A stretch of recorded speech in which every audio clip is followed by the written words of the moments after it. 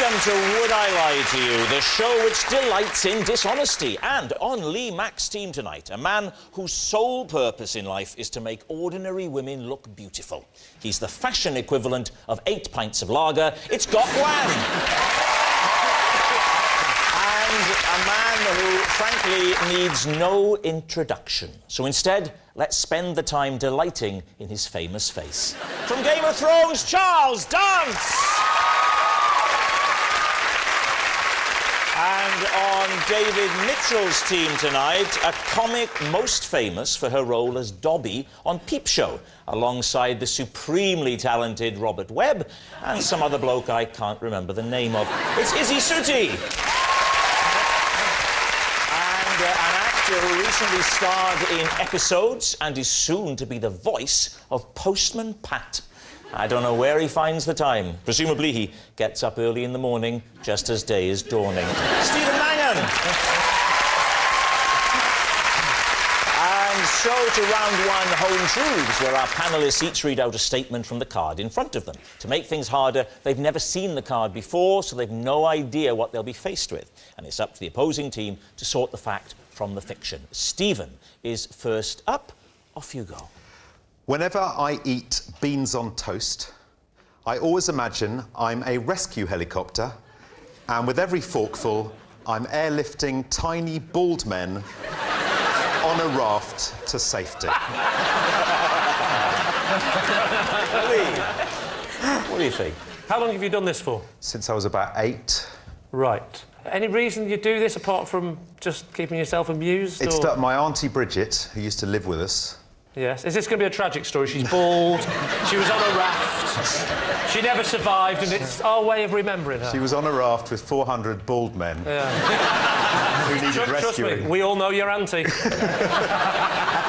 Yeah. You say raft, you mean mattress. Yeah. Oh, I hope she's not watching. She's busy, don't worry. She used to live with us. My Auntie Bridget used to live in our house, and she would often have to look after us if our parents were out. You know, I wasn't a good eater. I was a very skinny kid. And she used to try all sorts of stuff, and this is one technique she had. She used to do all sorts of other things as well. Like what? What else would she do? Spaghetti was, you were trying to, you know, you were throwing like a line, a rope down to rescue people at the bottom of a pit. Fish fingers were coaches. Fish fingers were what? There were coaches on the motorway. Here comes the coach, chop it in half. She's quite funny, my Auntie Bridget. She's quite odd. Do you think the bald men in question that were going to die on the raft felt glad that they'd ended in a more comfortable position of going down your throat into your stomach? Well, did you feel that was a safer place for them? Well, that was the helicopter they were coming into. Oh, your mouth was the helicopter? Yeah, my mouth is the helicopter. That's a raft going down. That's the raft. The raft is they're sitting on the fork, which is a raft. No, the raft is the toast, surely. Toast is the raft. No, because... Yeah. What's the toast? No, the toast is the boat they were in on the ocean. It's now covered in... Why would they be on a raft? If they're on a raft, they're already rescued. They're already OK. But helicopters don't lower down rafts. Oh, thanks. Well, you've just ruined an entire lifetime story for me. Another man comes attached to the rope and he picks up each individual bald man on the raft. I've seen it. Every time I've seen loads of bald men dying at sea, and a man comes out of a helicopter and individually picks them up. So if you'd have done your backstory and you were a proper actor, you would know that you're supposed to be taking one beat. That's what Charles Dance would have done. Yeah, he'd have taken... Because he did his research! Yeah, but... And that's why he's not going to be the voice of Postman Pat!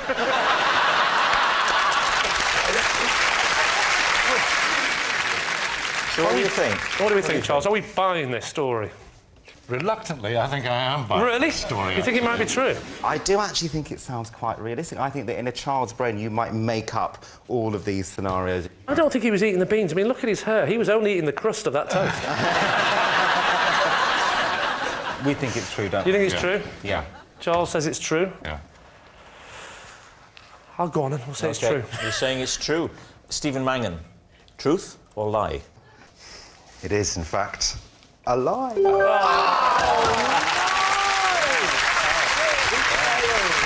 yes, it's a lie. When eating beans on toast, Stephen doesn't imagine he's a rescue helicopter airlifting tiny bald men to safety. Charles, you're next. A little chimpanzee once came to my house for tea. David's team, what do you think? A little chimpanzee. How little? A tiny chimp, about this high. And did it come alone? It preceded an expected guest. Was that gorilla? What did it eat? Well, we tried Marmite because it was a Sunday afternoon and we were having sort of tea and Marmite toast, and that's what my kids liked. But it turned its nose up at that, so we gave it cheese and tomato sandwiches, and she opened them up and took the inside and seemed to be quite happy with that. Probably on a no-carbs diet. What's a chimpanzee doing, coming round Good question. to your house for tea? She was with the friend who was expected, and the friend who was expected was running late, and she sent the chimpanzee on ahead. So did the chimpanzee ring the doorbell or knock on the door? Or... Knocked on the door. And you answer the door, and there is... I went to the door, and Yeah. my wife said, "Who's that?" And I said, "It's a chimpanzee."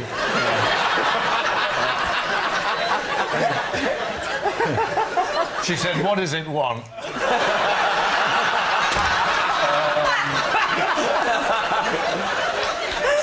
And the chimpanzee was doing this. And I said, "I think it wants tea." She said, "Well, ask it in." How did the chimpanzee get to your house? I ordered a taxi.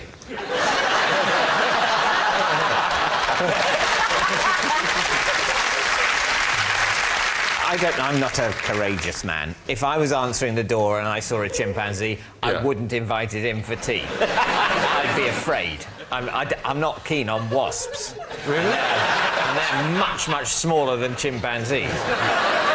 Who was the friend? Was it Michael Jackson? I mean, who were you receiving? It was a lady that I had worked with quite some time before this afternoon. Why did she have a monkey? Because she had very few friends.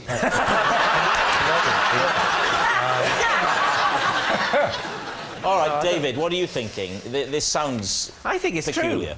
true. At the moment, I think it's true. What do you think? I don't know.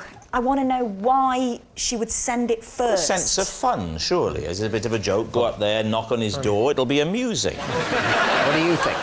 What I think Charles Dance, a chimp in a cheese sandwich. It's true. Which way are you going to I think we're going to go true, though. You're going to say true, yeah? Yeah. OK. Charles Dance, your chimp story. Were you telling the truth, or were you telling a lie? I'm sorry to say that it's true.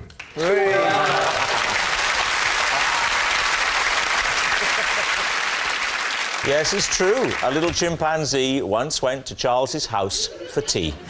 Gok, you're next. Right, OK. Every Sunday, I spend 4 hours planning the 20 outfits I'll wear the coming week. David's tea. Do you lay them out, or do you just picture them? I rack them. So in my bedroom, I've had some special bars put up. Oh, yeah, and I remember those. Yeah. He has, I can vouch for this. So I have one which is about 5'8", OK, and then I have another one which is about 4 foot high. OK, so when you put a pair of trousers on or a jacket or a top, it then looks like you. I occasionally, if I'm very busy, I photograph them. And then I remember that bit too. Yeah. And explain why you need 20 out. Because I'm thinking, even if you... I mean, I'm a tremendous slovenly slut. It feels like you're phoning Babe Station and someone else has picked up. Sorry, can I speak to Sheila, the regular one?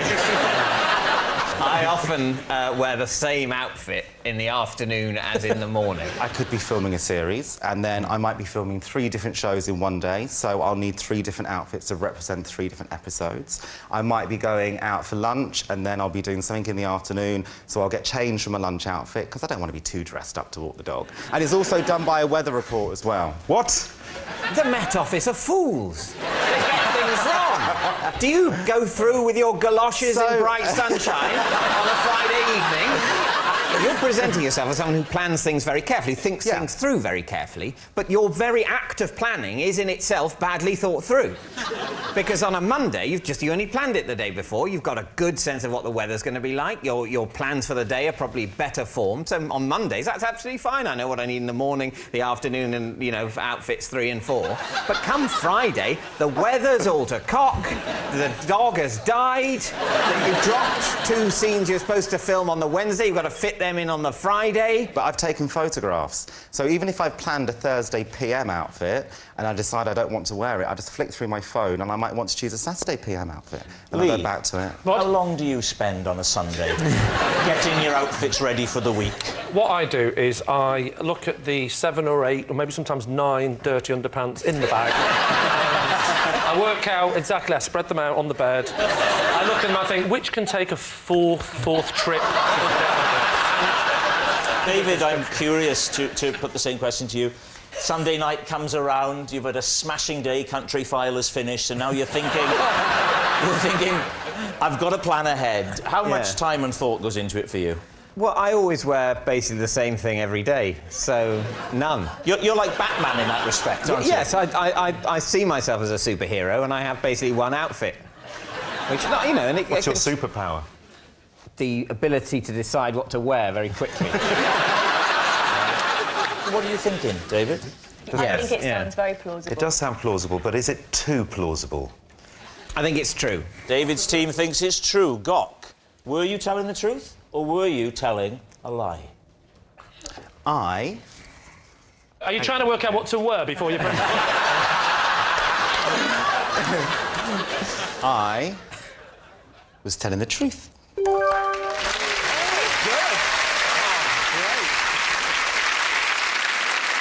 Izzy, you're next. Because my mum deemed Scooby-Doo too scary to watch, I was only ever allowed to listen to it.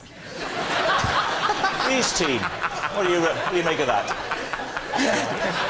How would you do that? Would you have to be in another room, or...? I was allowed to be in the room where the TV was. I had to wear a blindfold. Oh, come on!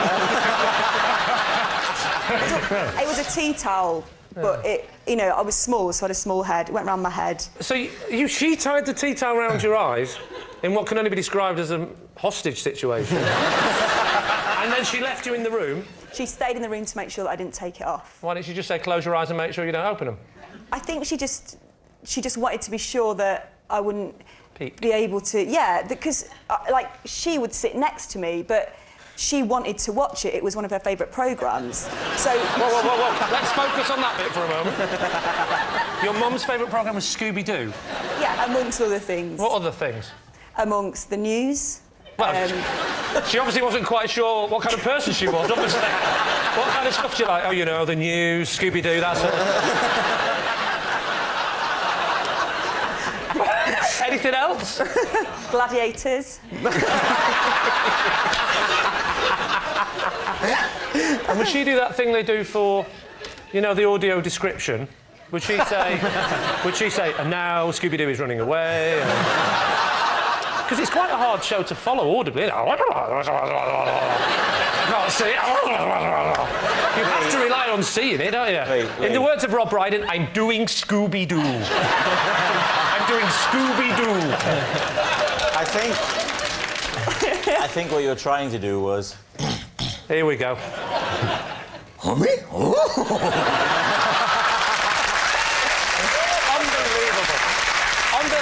7 series in and he can't let me have one moment, can he? OK, so you're blindfold in the living room. And how old are you? It stopped when I was about 16 and just... 16? So at 16, your mum would tie a tea towel around your head when Scooby-Doo was on? Yeah, but by then we just liked the ritual of it. It was just... Oh, it was a ritual now. Were you ever tempted to phone Childline? Oh, you couldn't find the phone, could you? Now, what about Scrappy-Doo? If Scooby-Doo was a bit heavy and some of the issues were a little bit, difficult to deal with, Scrappy-Doo was a lot more accessible, wasn't it? How did she feel about that? Is that a kind of spin-off? Is that a kind of spin-off? It's Scrappy-Doo. It is. Look what you've done to my voice. It's Scrappy-Doo. It's the little version of. No point saying little. She couldn't see it. Well, it was a smaller dog with a. Yeah, but if you can't see it, that could be a Great Dane on helium. She doesn't know the size of the thing, does she? In fact, it was a Great Dane, wasn't it? Scooby-Doo. I don't know, I never saw Scooby-Doo. The Marmaduke is She a never great saw Dane. Scooby-Doo. Are you my dad, Charles? Charles, Did you ask me if I was your father? Yeah. Who's your mother?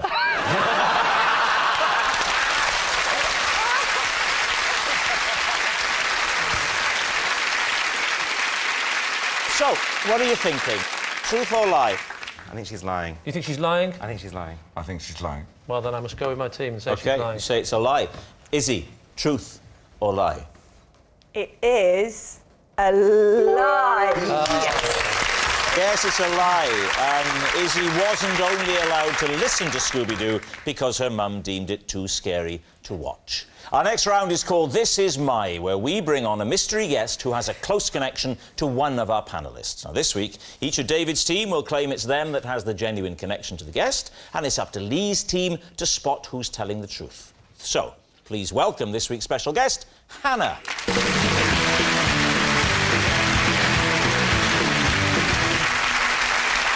So, Stephen, first of all, please, what is Hannah to you? Yes, this is Hannah. We used to bamboozle our miserable neighbour by adding an item of clothing to his washing line after he'd pegged his laundry out. Izzy, how do you know Hannah? This is Hannah. In order to impress a boy, we once competed to see who could eat the most ants. And finally, David, your relationship with Hannah. This is Hannah. Last year she bought a pub and named it the Mitchell and Glove. And I gave her my blessing to use my face on the pub sign. Lee's team, where to begin? Why is it the Mitchell and... What does the glove come into this? I think it was originally called the Boxers. As in the dog or the fighters? As in the gloved fighters. Well, it's an obvious progression, isn't it? Yeah. Boxing, David Mitchell. I think she was very keen to change the image of the pub. And do you know why Hannah chose you? I think she, if you can believe it, she's a fan of mine. Right, OK, so she's a fan. It's a lie. Move on. Have you been to the Mitchell and Glove? No. Where is this pub, David? Which part of the country? It's in Swansea. What? Swansea?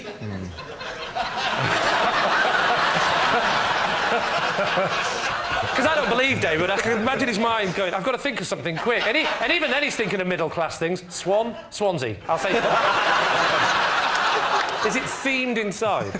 I'd be very hurt if I'm not on all the menus. It's a gastropub, is it? Not in Swansea, no. I believe what it is a flat-roofed pub. One of the reasons I think it's named after me is that I wrote in my book that I had a theory that flat-roofed pubs are always bad. That basically you'll never get nice food in a flat-roofed pub. You might get eaten by a dog. And Hannah said, this is going to be a nice flat-roof pub that does nice food. All right. By which I don't mean a carvery. You don't like carveries? No.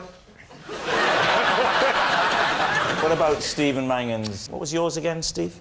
We used to befuddle, well, annoy our miserable neighbour by putting items of clothing on his washing line after he'd pegged his laundry out. Yeah. And where was this? Crouch End. And when was it? Oh, 15 years ago, probably. And what's your relationship with Hannah? Yeah. Hannah is my mate James's younger sister. But was she living with you? She was the three of us in the house, yeah. What kind of thing did you used to put on there? I mean, just shirts? Or... Well, it started one day. He came round and complained, and we were sitting up in her bedroom, looking out the window, and he put his washing out, and I said, I'm going to go and put a sock on his washing line. He liked everything to be very precise, and what he'd do is he'd come in, and when he'd take the washing off, we'd watch him every day, he'd fold it, he'd put all the socks together and put them in the washing, you know, rather than just chucking it all in and then doing it in the house. Sorry, the person next to you is thinking, what's wrong with that? So we put a blue sock on, went up, and then he came out and he put all his washing away hours later, and he was like... And it was just very fun. We just found it. I mean, it doesn't sound funny now. In total, we found it hilarious. In total, how much did he put on? Well, it went on for it went out for about 6 months. I know we'd go to charity shops and buy stuff to put on his washing line. I know Gok's going to ask it, so I'll ask it for him. On a Sunday, did you lay out the clothes? Izzy, you're saying then with Hannah, you both went out together, pulling, and to attract some guys, you ate ants. We weren't out, we were at school. How old were you? About 15 or 16. Right. Would you mind standing next to Hannah just so I can work out the visual to see whether you look like you should be at school together? Yeah. Taking my shoes off. I think you're mixing up age and height. They're completely different things. Trust me, I'm a stylist. Oh, here we go. Before you know it, they'll be naked. OK, similar age. It could work. So you were at school? Yeah. Right, and what, there's a boy there that you like? Yeah, and he was called Paul Brooks. Paul Brooks, OK, and you thought the best way to impress Paul is to eat some ants. It was during a school production, so we were dressed... we were in Greece. Grease the musical. Oh, right. I thought you said we were in Greece, and you know the economy's like this, so we can eat the ants. How many did you eat in total? I ate about 24. No way. 24? Yeah. How many did Hannah eat? About 23. Ah, loser. And that's why you got Paul Brooks. And did you get Paul Brooks? No, he just stood there the whole time, and then I thought felt she's sick. stupid and walked off. He just sat there chewing on his cockroach going, this is so And what made you stop at 24 then? I mean, surely you could tell by his eyes after 2 or 3 that this wasn't working. We just carried on, and then the interval was over, and we had to go and do the second half of Greece. This was in during interval. the show? Yeah. During the show? You Tell me more, tell me more.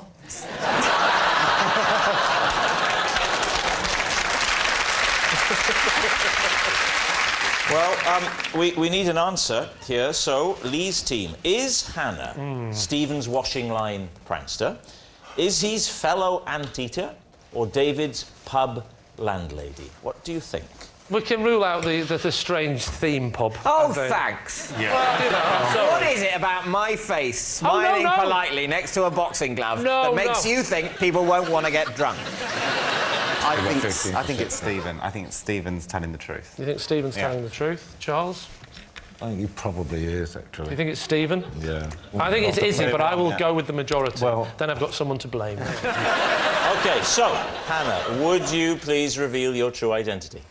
My name is Hannah, and in order to impress a boy, Izzy and I once competed to see who can eat the most ants. Thank you very much, Hannah. Which brings us to our final round, Quickfire Lies, in which our panellists lie not only through their teeth, but also against the clock. We will start with... It's Lee. When I was 7, I had to be a bridesmaid at my auntie's wedding.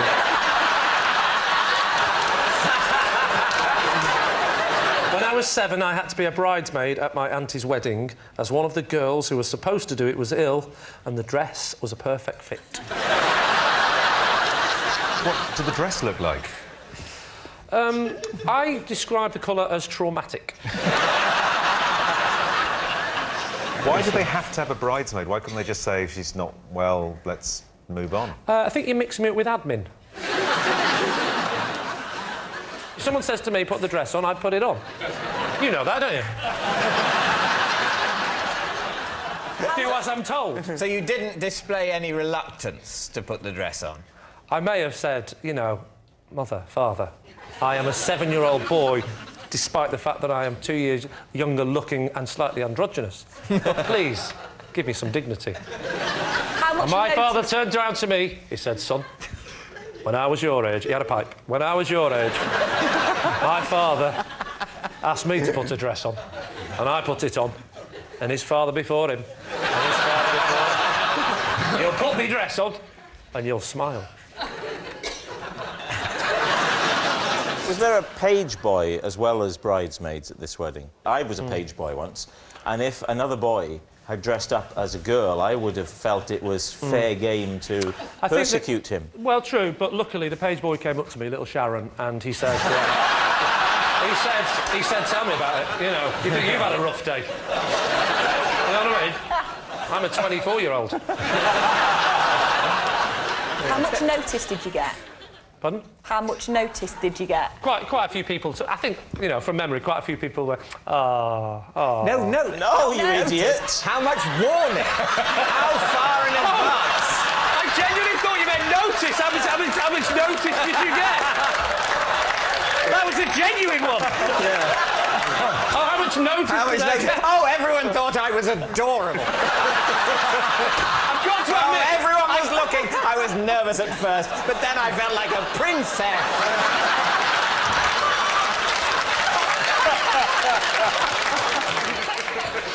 Oh, I see. How much in advance did they tell me? Yeah, how much notice? How much notice did I get?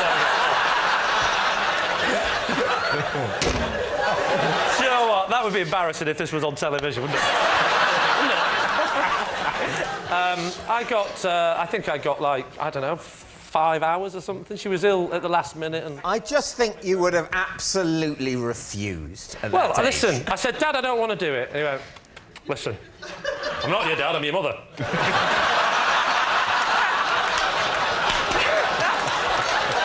I'm sick of you constantly calling me Dad.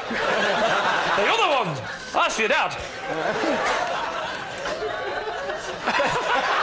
How long did you have to keep the dress on? At what point in the proceedings? I mean, did you have to wear it right through to the disco and, you know... My dad said you'll keep it on till the music starts. Da da da da da da. Because unfortunately the cabaret act had cancelled because of illness. So what do you think, David? Does that sound at all plausible to you? What do you think, Izzy? I really want it to be true. Well, then say true. I actually think it could genuinely be the biggest load of drivel I've ever heard.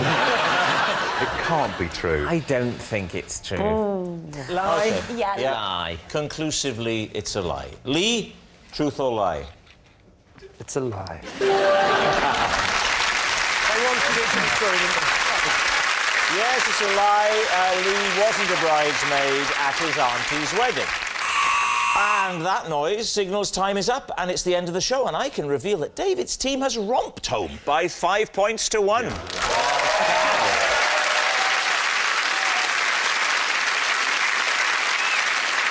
But it's not just a team game, and my individual liar of the week this week is Stephen Mangan.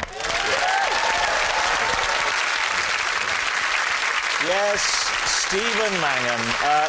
Today's is hardly a surprising victory, as when it comes to lying through his teeth, Stephen has more to work with than most. Good night.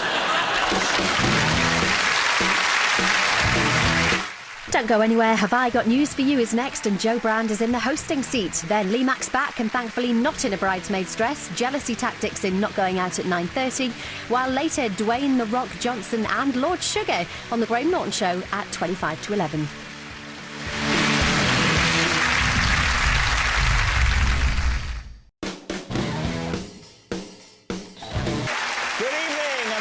To Would I Lie to You, the show where it pays to be economical with the truth. On Lee Mack's team tonight, a presenter who recently starred in Celebrity Hunted, where she hid under a tarpaulin with 2 cans of G&T. It was nothing to do with the show. They just caught her on a regular Thursday night. It's Anneka Rice. And an actress who currently stars as a forensic scientist in Silent Witness. Acting is in her DNA, and DNA is in her acting. It's Liz Carr. And on David Mitchell's team tonight, a comedian and actor who played a rabbit in Watership Down. He also has 5 children. That's what I call method acting. Miles Jupp. And a BAFTA-nominated actor who stars in a comedy about a pizza delivery man. How do you top that? It's Samson Kayo.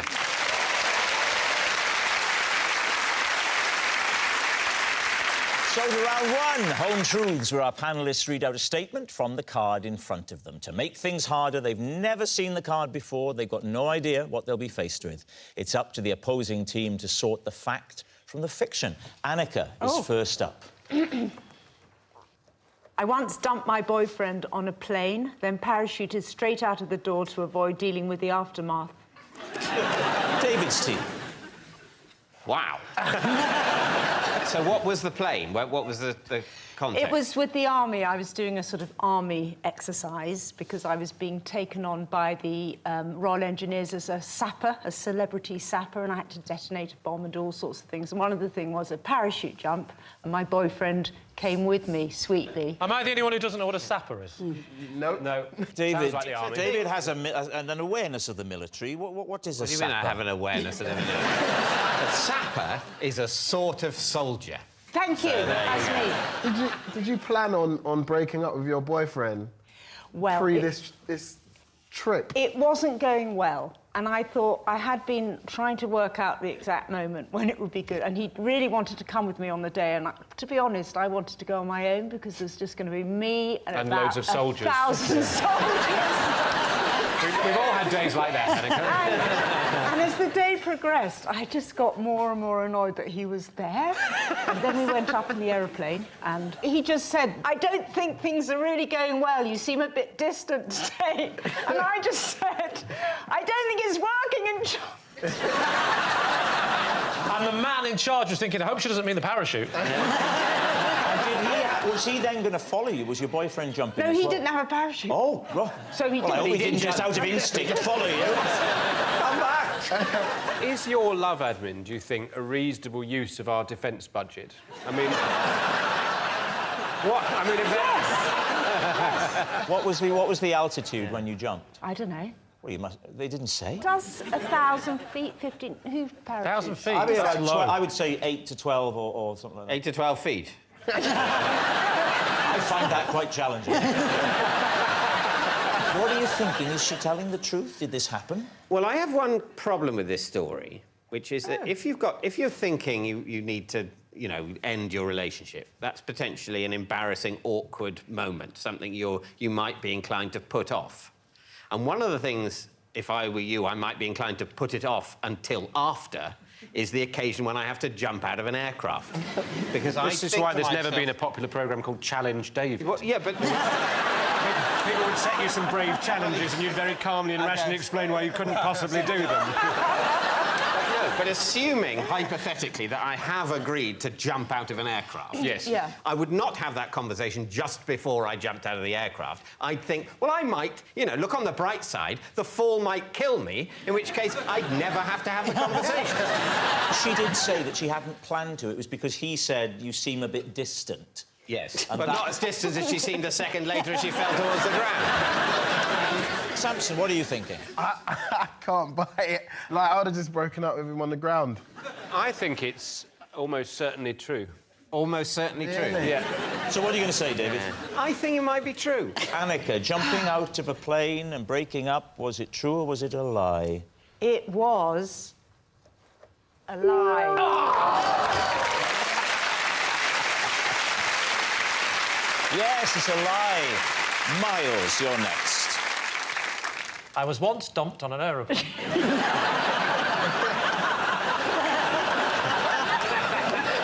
I have just signed a publishing deal for my gritty debut crime novel featuring the exploits of detective duo Nice and Spicy. Is it hyphenated nice and spicy? Oh, no, there's a duo. One is called Nice. Jeremy Nice. Did you think there was only one of them called Nice and Spicy? Hello, I'm Detective Inspector Nice and Spicy.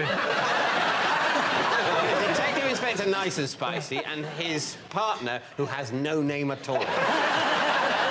It's a duo. Jeremy Nice, Ian Spicy. So you sat down with a blank piece of paper and you came up with nice and spicy. Well, there's a backstory because OK. Jeremy, when it starts, he's quite sad because the person he worked with, Mark Cheap, died. So it used to be Nice and Cheap? Yeah, that's right. Yeah. What sort of men are they, Miles? Well, Jeremy is incredibly tall, and Ian is incredibly short. Right. And that means they're one of the few people on their force that are given a police car with a sunroof. Have you written a book before? Yeah. What was your other book called? Other books. How many books have you written? Well, this is the third. So the two, if you want me to do all the maths for you. What? Presumably you do. It's funny, isn't it? Because a lot of people with an Oxbridge education, they can come across as condescending and a little bit... And yet you somehow carry off beautifully, Miles. This is because I don't have an It's Oxbridge funny. education. Because a lot of... Oh, you don't have an Oxbridge education? What do you have? Just an accent. And what's this one called again? It's called Blood in the Water. Oh. What's the plot of Blood in the Water? Well, I'll tell you how it begins. I'm not Nasty urinary tract infection. No, I don't want to tell you too much of the plot. That's the whole point of a whodunit. Don't worry. I'm not buying it. All I'll say... In fact, I've got a feeling nobody's buying it. So, what do you think? Definitely. I think it's a lie, Anneka. Do you think it's a lie? I think it's a lie, personally. You think it's a lie? Yeah. Liz? I think it's a lie. I'll say a lie. Right, Miles, it sounded lovely. Was it true or was it a lie? It is, in fact, a lie. Yes, it's a lie. Miles hasn't written a novel about the detective duo Nice and Spicy. Our next round is called This Is My, where we bring on a mystery guest who has a close connection to one of our panellists. This week, each of Lee's team will claim it's them that has the genuine connection to the guest. It's up to David's team to spot who's telling the truth. So please welcome this week's special guest, Roy.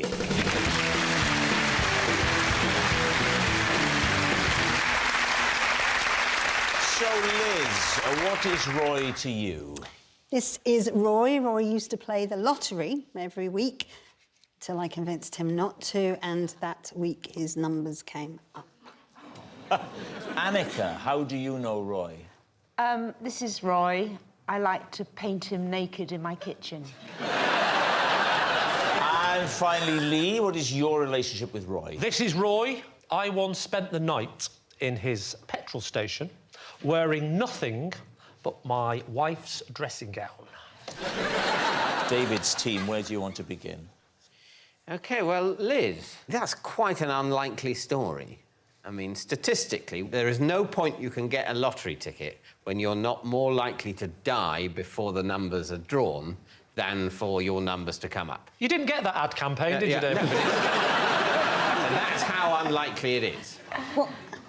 So his numbers came up the next week. But what you've just said is essentially what I said to him. Yeah. I don't play the lottery. And so Roy works with me. Yeah. Works on Silent Witness. Mm-hmm. And... In what capacity? In the art department. OK. So we'd talk. I was like, why are you doing it? Why are you doing it? You never know, never know. And then he approached his 40th, and I was like, break a habit. So Roy's 40? Yeah. At least 40? He looks young. What would he have won? He got 5 balls, numbers, whatever, and then the bonus one. I think that gets you £1 million. £1 million? Yeah. Did you know what his numbers were before he stopped? No. So the week after he stopped, he told you, yeah, that last week, those were my numbers. Is that what happened? He told me and he showed me.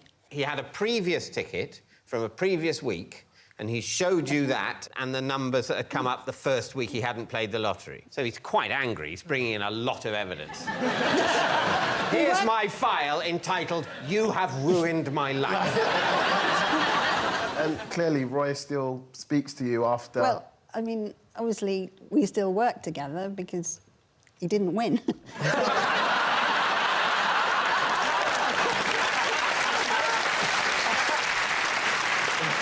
Right, David, who would you like to question next? OK, Anneka, you like to paint him naked? Yeah.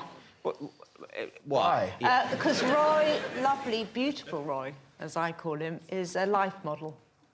And so he comes round to my house sometimes and gets... Strips? Strips, and I paint him. Would you be prepared to paint him fully clothed? Or is I thought you that were going to say, would you be prepared to do me on a Wednesday? if I pay you, What medium, Anneka? Are you in charcoal, I work oils? in oils. I do You're like. an oil. I'm an oil person Yes. with Roy quite a lot. What? He covers himself in oil and then Yeah. you paint it? oil paint. Oil paint. Oh, I was about to say, big man, what are you dealing with, man? How long have you been painting? About 10 years, properly. And Roy is one of the regular models. Do you pay Roy? Yes, you pay him. So He's a what happens? professional You model. make an appointment with him. I make an appointment. Ding dong. He comes in... Is that his nickname? No, you're at home. You've got your equipment out. Ding dong.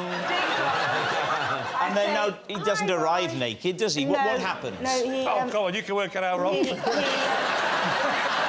So I've got a studio next to the kitchen if I'm doing big oil painting in the studio. Oh. But then we go into the kitchen and I'll carry on sketching and things. And because he's been painting he's still naked, nude he's at the still time. naked. Because Yeah. I know him so well, he doesn't bother to put a pant on or anything like that. Not a single solitary pant. How many variations of a naked man can you do? Not that you're telling the truth, because I am. What you don't know about Roy is he does the most extraordinary dynamic poses. So Oh, different it's pose every week. endless. Oh, it's endless. Can you show it? I'd me? love to see. I'd love to Please see. show us, yes. Well, I'm sorry, you're trying to make it all tasteful, all worth thinking of the bloke. No, he- Is it with the fruit bowl again, Anneka? he can do the most I'm not holding those grapes again. 3 hours that took last time. Especially with my hands on my head. I can't hold my grape for those. Why don't you position Lee Yes, into how would some you of the poses that you enjoy with Roy? And take your time over this, Anneka. Okay, one last thing. Lee, please don't take your clothes off. OK. So after a cup of tea, you are going to take your clothes off, and I'll hold the tea. Yeah. So what sort of poses do you normally do? I'm still taking my clothes off. I've got the pants on. I'm leaving them on for a second. Yeah. Oh, no, I'm doing this one. This is it. OK. I've got the T-shirt off yet. I'll just mix my paint. Right, now I'm down to my pants. Lovely. Yeah. So, are you going to... Could you... Well, look the other remove way. your pants? Look away? Yeah. Why do you want to look away? Because I'm not working yet. It's when I say go. OK. I can't do it if you're going to look at me. Can you look the other way? Roy, get round here as quick as you can. Anneka, you haven't put the heater on.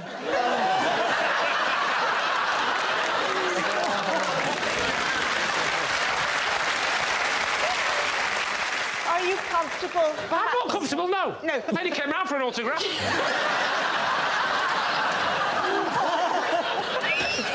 Should we see what sort of position? Hang on, let me see the cash first. You have to count it.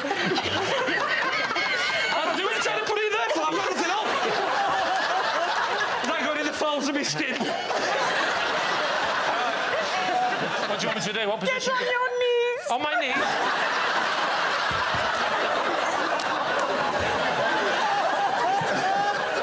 This is looking like a hostage situation. Now what do I do? Yeah? Do you want to perhaps... Yeah. Oh! Pretend... Yeah.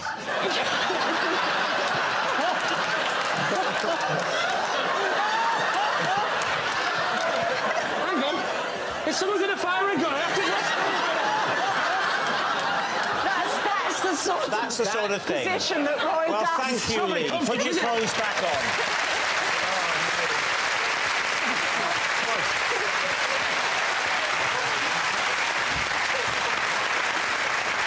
All right.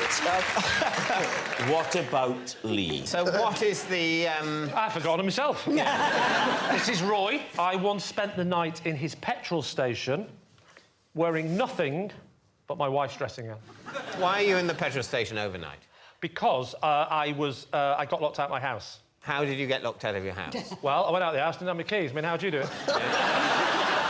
Why were you only wearing your wife's dressing gown when you left the house? I was at home, alone. My wife was away.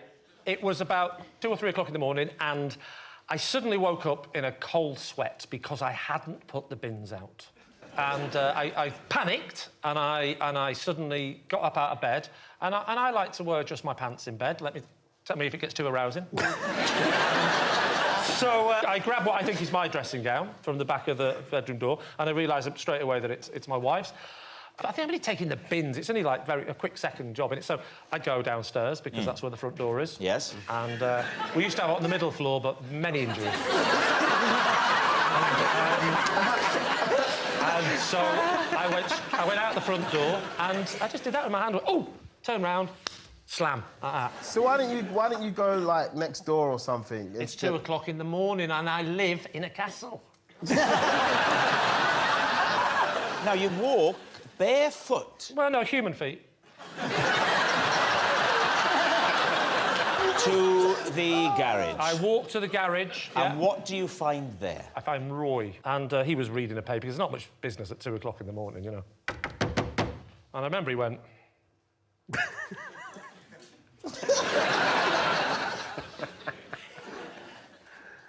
Very hairy feet, sir. I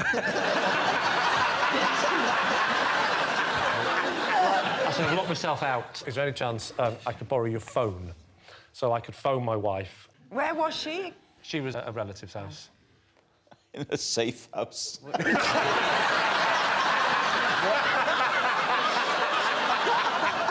Did you know Roy previously? Well, I'd been in the petrol station a few times, but he won't recognise it because I was always wearing a balaclava. Anyway, I borrow his phone. Yeah. I dial straight to answering machine. So what And the answering machine just said, hi, not here at the moment. If this is Lee, I still don't want to see you. So I said to Roy, God, now what? We had a little coffee and then started having a chat, and he was really nice. He said, you're my favourite on the show, and... I said, oh, it's a lie. And then when punters came in and just saw you, did they just... Occasionally, because it's 24/7, you know. It's a bit awkward. Well, I can blame we them, had a laugh with the first few customers. By the fifth one, we thought it'd be funny if we didn't tell them and I just held his hand. And then she came back in the morning. She came back in the morning and I said, everything back to normal. I'm sorry, but I'm in love with Roy. All right, we need an answer. So, David's team, is Roy Liz's lottery loser, Anneka's kitchen companion, or Lee's forecourt friend? It's absolutely not Lee's, much as we've enjoyed your contribution. The thing I don't believe about Liz is that it says he's 40. Now, I know black don't crack, but he is not 40. I'm leaning towards Anneka's suddenly. All right, what are you going to say? You think Anneka? Yes. Anneka? I think Anneka. OK. You're going to go Anneka? Right, they're saying Anneka. Roy, would you please reveal your true identity? I'm Roy, and Anneka paints me naked in her kitchen. Yes, Roy is Anneka's kitchen companion. Thank you very much, Roy. Which brings us to our final round, quickfire lies, and we start with... It's David. Last month, I had a frightening dream in which I was locked in the stocks of a medieval town. When I awoke, I was disturbed to discover that my arms were through the leg holes of my pyjama bottom. Lee's team. How? I'm not demonstrating again, no. So you mean not only through the top of the pyjama bottom, but right the way through, showing at the end of the leg hole? Yes. I was wearing them, as it were, twice. Tell us about the dream itself. It's impressions. I remember the... Give us those. The smell of manure. Oh, David, not again. I could hear horses clattering around, you know, clip-clopping. What was the crime you'd committed? I don't know what the crime was. You don't know the crime? I don't know. All I remember and you'll be familiar with this, is a deep sense of shame. and being dragged along, and I was a sort of figure of shame, and things were being thrown at me, cabbages, that sort of thing. And then I was put in roughly, by which I mean unpleasantly, not approximately, put in the village stocks, yeah. You must have had quite a wide-legged trouser to get your it was quite a, arms down. I'll be completely honest. My trousers had gone down a bit. By that point, then, your genitals are effectively sort of trapped in a hinge created by your stomach and your insides. Well, that's probably why you were that's screaming. the only way I can get to sleep. No, my trousers had gone down to the knees. Right. And my arms were through the trouser legs. Do you really call them pyjama trousers? I suspect I've used both terms. Do you call it a pyjama jacket, the top bit? No. That's pyjama top. I actually, to be honest, I call the whole thing a night uniform. All right, what do you think, Liz? Is David telling the truth? It's the pyjama bit I don't believe. You don't believe he wears pyjamas in bed? Oh, that is the only bit I do believe. No, because I think he wears a nightshirt. Yes, good point. I'm not inclined to believe it. Right, OK. Well, I'll say it's a lie. You think it's a lie? I think it's a lie. David, were you telling the truth or were you telling a lie? Well, I was telling a lie. Next, it's Samson. I once got stopped at customs for carrying a suitcase full of biscuits. Ooh. Please, team. What kind of biscuits? Jammy Dodgers. A suitcase full? Yes. Why were you carrying so many Jammy Dodgers? It was a little suitcase. How many packets of Jammy Dodgers was in it? About 22. I should say at this point, other biscuits are available. Hobnobs, Choco Leibniz, Bourbons, you name them. Where were you flying to? I was flying to Los Angeles. So is this carry-on luggage getting on, or are they checking your bags when you get off? It was the carry-on thing. Oh, you needed them for the flight? They don't do Jammy Dodgers in Los Angeles. Right, but why couldn't you put them in your main luggage? Why did they have to go on the plane? They crumble. You have to be very delicate. So what I do is I put them in the fridge so they get really hard. And then take the fridge with you? No. That would just be silly, wouldn't it? So I put them... in the... so because they're really hard... Yeah. They won't break. Why did they suspect you? Was it when you I was just coming through and they went through... You know, the guy sits there and he looks at... Yes.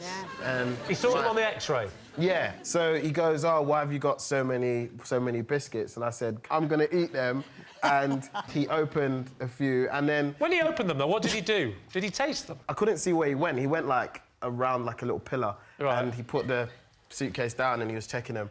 And then I remember, Probably made a cup of tea, didn't he? No, it's funny, because I remember he gave them back, and obviously I went on my way, and when I got to LA, I realised there was, like, 17 packs left.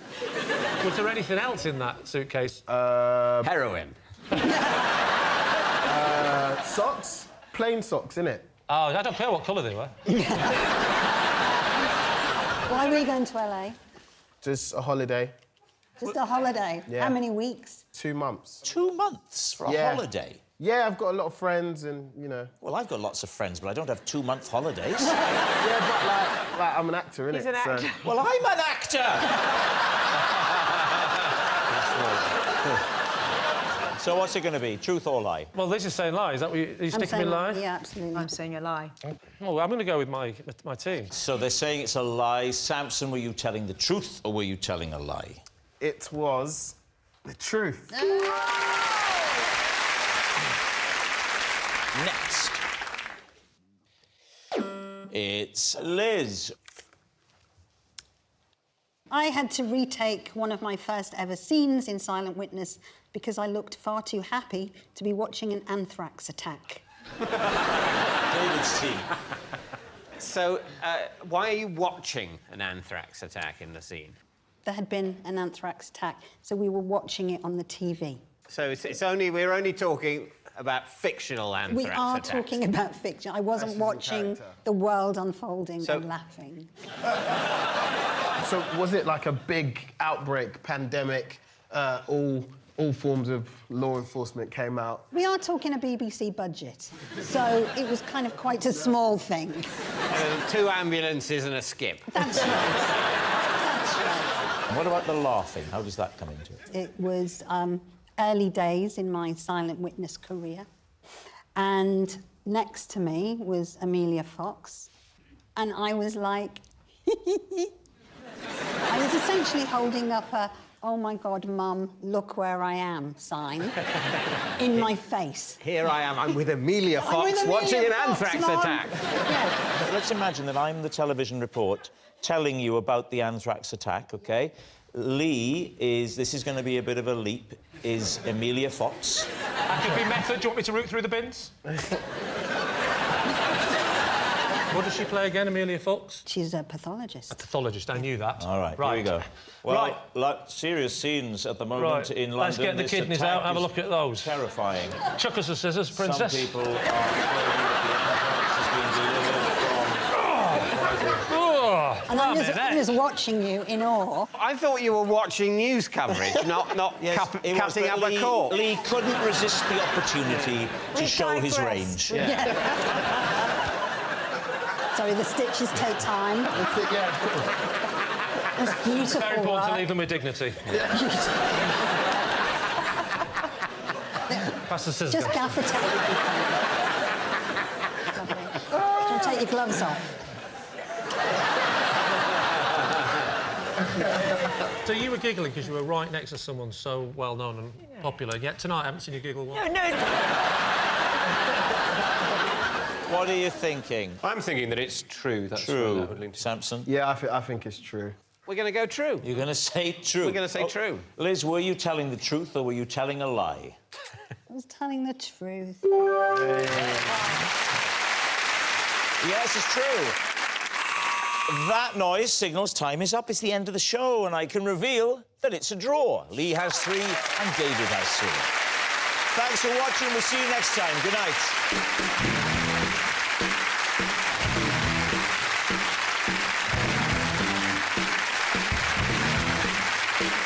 Good evening and welcome to Would I Lie to You, the show that sorts the facts from the fibs. On Lee Mack's team tonight, an actor who's shot to fame as an Ewok. An Ewok is an alien being in the Star Wars films and not, as I thought, an electronic cooking device. It's Warwick Davis. Not bad. And a comedian and actor whose father was a bishop, which meant growing up he was always on the move, diagonally. It's Hugh Dennis. And on David Mitchell's team tonight, he's the BBC's World Affairs editor who spent decades in the middle of mindless, stupid conflicts. So welcome home, it's John Simpson. And a comedian who once went on to a cookery show and made an omelette in 20 seconds. You've heard of death by chocolate. This was death by salmonella. It's Catherine Ryan. And so to round 1, Home Truths, where our panellists each read out a statement from the card in front of them. To make things harder, they've never seen the card before, they've no idea what they'll be faced with, and it's up to the opposing team to sort the fact from the fiction. Catherine, you're first up tonight. OK. My motto is, never give a child a 1-syllable name, because life has taught me that people with 1-syllable names are generally dim. Me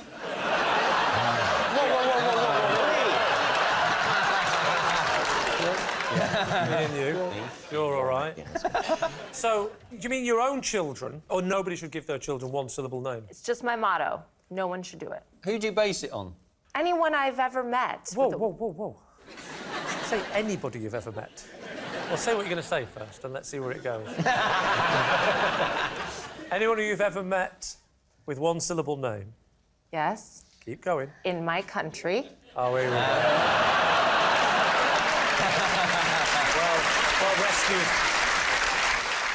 I'm from Canada, and it started with boyfriends. I dated a Bob, I dated a Steve. And was this, both... the 1970s? Sorry, Bob, that's a fine name, sorry. Bob, though, it's Why called... is Bob a Bob, 70s name? Because Bob's not really the name of it, because I'm guessing this was a few it's years not quite ago. as now as Lee, I'll give you that. I mean, that doesn't smack of 1970s inner-city deprivation, does it? feel sorry for Dave in the middle there. Yeah. Hey, what about John? John's a very bright fella. He's got one syllable. I'm on this programme.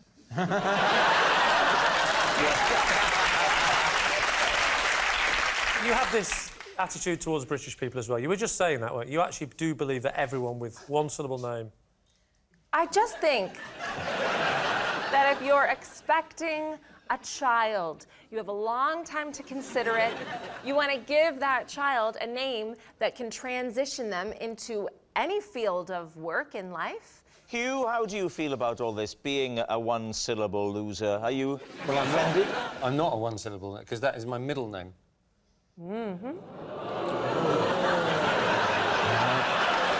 My God, this is like EastEnders, isn't it? My real name is Peter. Why are you called Hugh, then? I've always called you Because when Hugh. you know when you joined Equity... Did you ever join Equity? Of course I did. How dare you? Of course you did. So when you join Equity, you can't have two actors with the same name.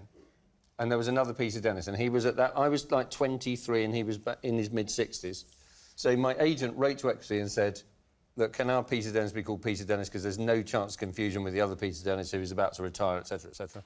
And they wrote back and said, yeah, under normal circumstances, that'd be absolutely fine, but you've got a problem, and the problem is that the other Peter Dennis is the chairman of the Equity Name Change Committee.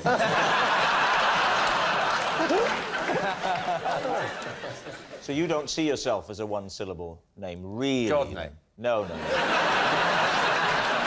What's your partner's name? My partner moved to Japan this morning, so... What was his name? I think we broke up. Are you serious? You think you broke up this morning? I think so, because he just moved to Japan. You think so? Wow. Lee, move on. Did he have a one-syllable name? No, his name's Alex. Alex? Yeah. Lovely, or, Alex. as you'll now call him, Al. Or X.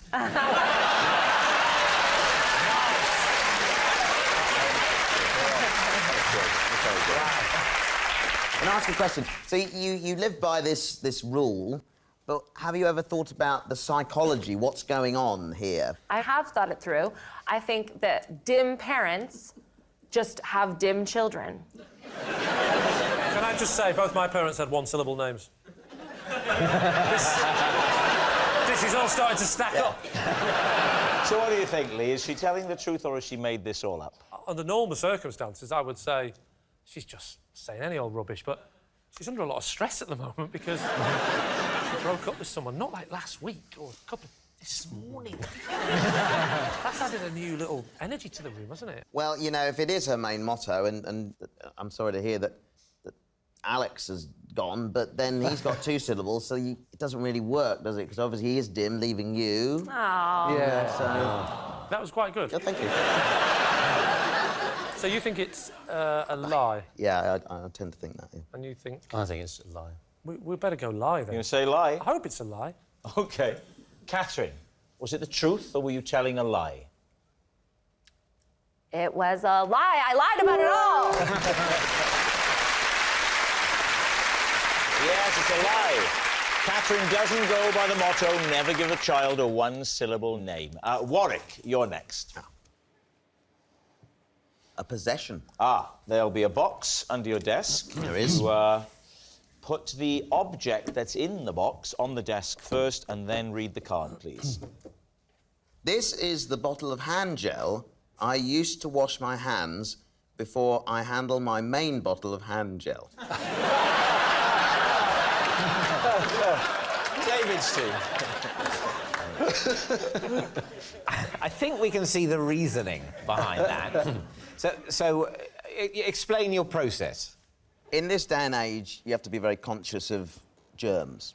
And I meet a lot of people and have to shake their hands, and some of them, you know, are diseased. Potentially a bit unsavoury. Yeah. So I will have a bottle of hand gel, cleanse my hands, then I can get the other bottle of hand gel now, the outside of which...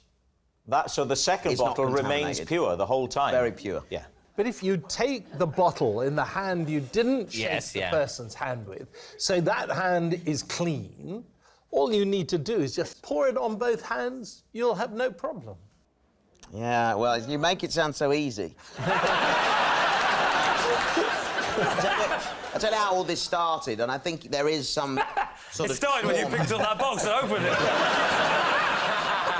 There is some sort of trauma that I've got, and it was from a time being in a gent's toilet. Don't. And what happened was, I have trouble reaching things in the toilets, you see, and one occasion I went... What are you trying to reach for? Well, no. No wonder you need this stuff. This is how I developed. I squirted some of this cream soap on, right, that's on the wall, okay? But it was only then I realised I couldn't reach the tap. From that moment on, I pack a couple of bottles of hand gel. How soon after meeting us, we were all here about tea time today, weren't we? How soon after you came in with a lovely, great to see you again, everyone was shaking hands. How soon after that did you scurry away, reach into your pockets and furiously... What's the gap? Well, it's just whenever I would get a quiet opportunity to... I don't think this is the truth, because I've had several interactions with work, Davis, and I don't think that this is something I would have missed. He certainly didn't do it immediately after. If he does it, he's subtle. You have to be, don't you? I mean, I can't be seen to be going, oh, hello. Because that's rude, isn't it, then? And it's not just hello, it's hello, You know how you can do it. You know, if I'm sitting at a table and I meet somebody, I can do it down here. That's worse. That's definitely worse. OK, it's time to take a guess. What are you going to say? It's a lie. It's a lie? Lie. It's a lie. It's a lie. Saying it's a lie. Warwick, was it the truth or was it a lie? It was a lie. Yes, it's a lie. That isn't the hand gel that Warwick uses before his main bottle of hand gel. John, you're next. OK. I once crawled through passport control on my hands and knees because I'd forgotten to pack my passport. Please, team. Where was this? Brussels. On the way in or on the way out? On the way out. It's horrible when Brussels are on the way out. So when did you start the crawl? There was a passport official sitting there at this high desk reading an adult magazine. Well, hang on, stop. Stop! Let's get that image first of all. The man is at passport control and he's reading a girly magazine. First of all, why does he think he's allowed to do this and get away with it? It was 9:30 at night. I suppose he thought he'd had the last passenger through. He... You obviously wants to believe that everyone's going through and he's...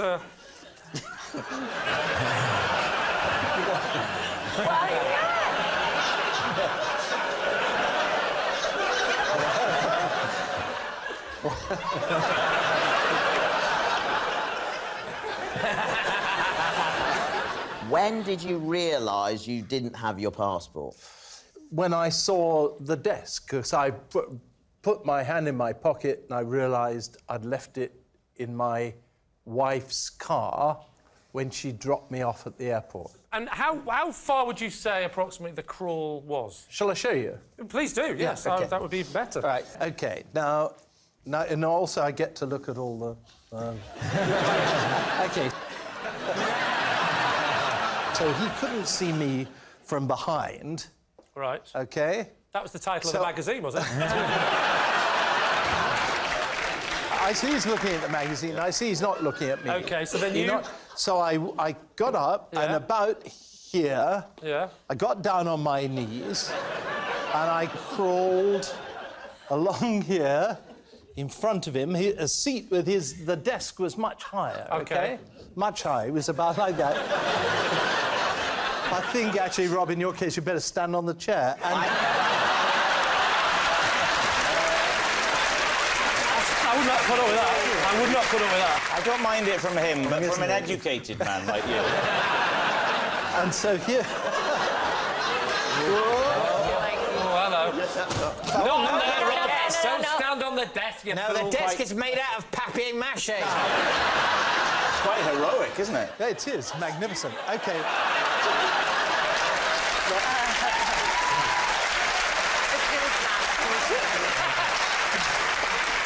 OK, the desk is up to there, and I came along like this, only on my hands and knees. Yeah, go on. Keep and going, then I son. carried on a bit, and then I ran like the clappers. Just stay on, stay there a minute. Just in case I ever forget my passport.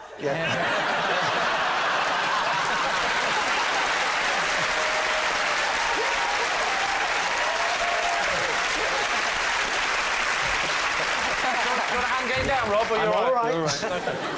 So, what are you thinking? It's pretty ridiculous, isn't it? Actually, I think it's true. I'm going to go really? with true. Yeah. So Warwick says it's a lie. Hugh says it's true. I will say it's true. OK, John. Truth or lie? Well, it's in fact completely true. Our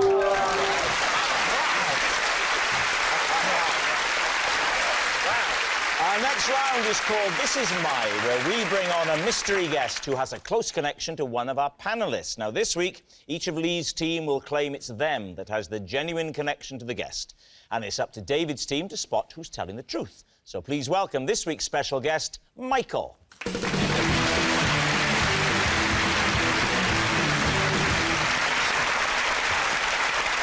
So, Hugh, what is Michael to you? This is Michael.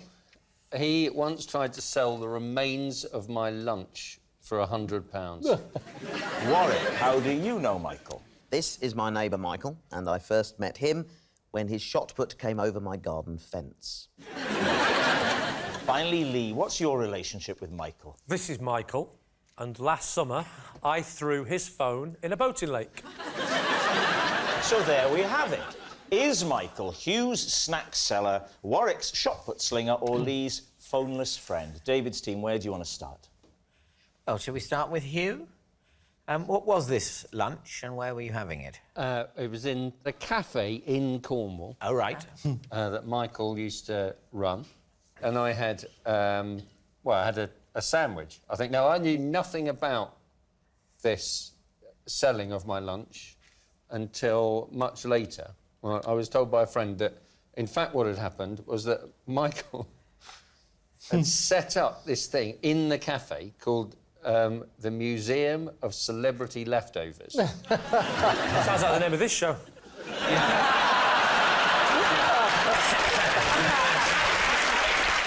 As far as I remember, it's a sort of a little jar with the leftover of the particular person. Sort of like a specimen bottle. It wasn't like a proper leftover. It was just essentially crumbs.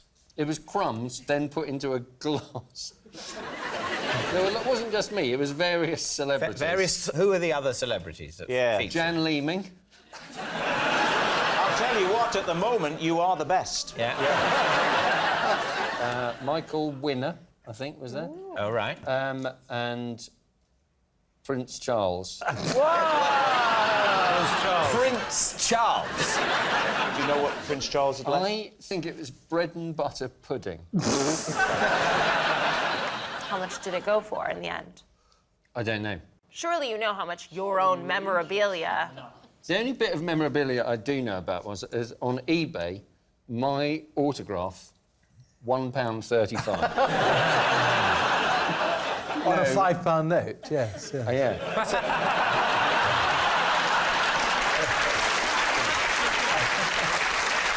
Who would you like to ask next? So, Warwick, Michael is your next-door neighbour. Yes. What does Michael do for a living that he can afford to live next to you? He's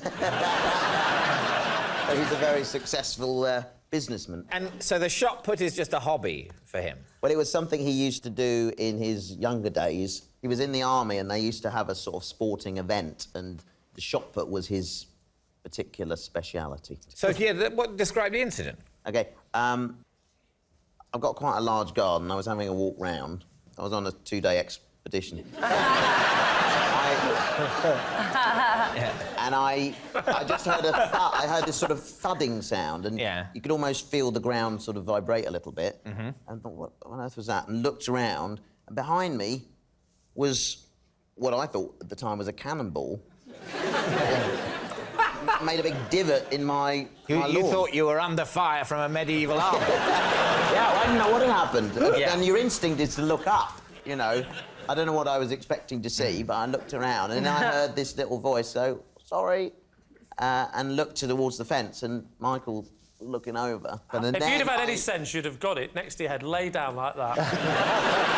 Word as blame as a claim. May I approach Michael? You may approach Michael.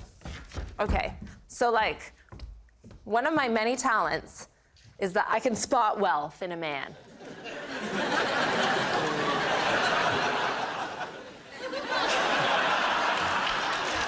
And yet, when I do this to women...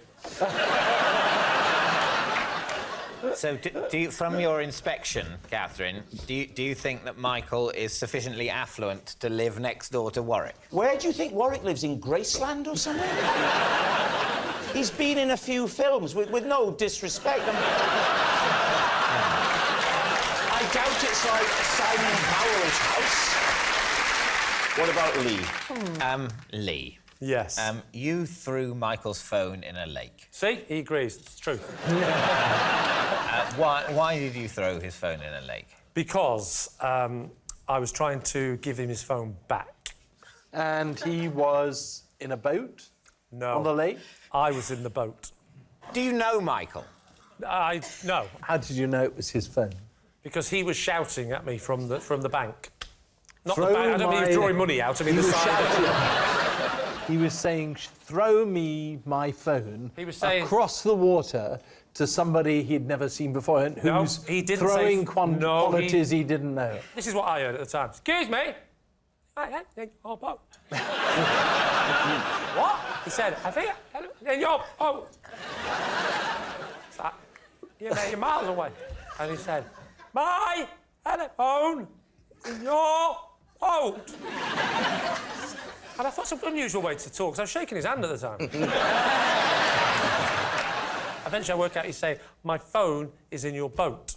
So I sort of look around, and sure enough, under my seat was a phone. But why didn't he just wait until you reached the shore? Which is what he wanted to do, what has happened.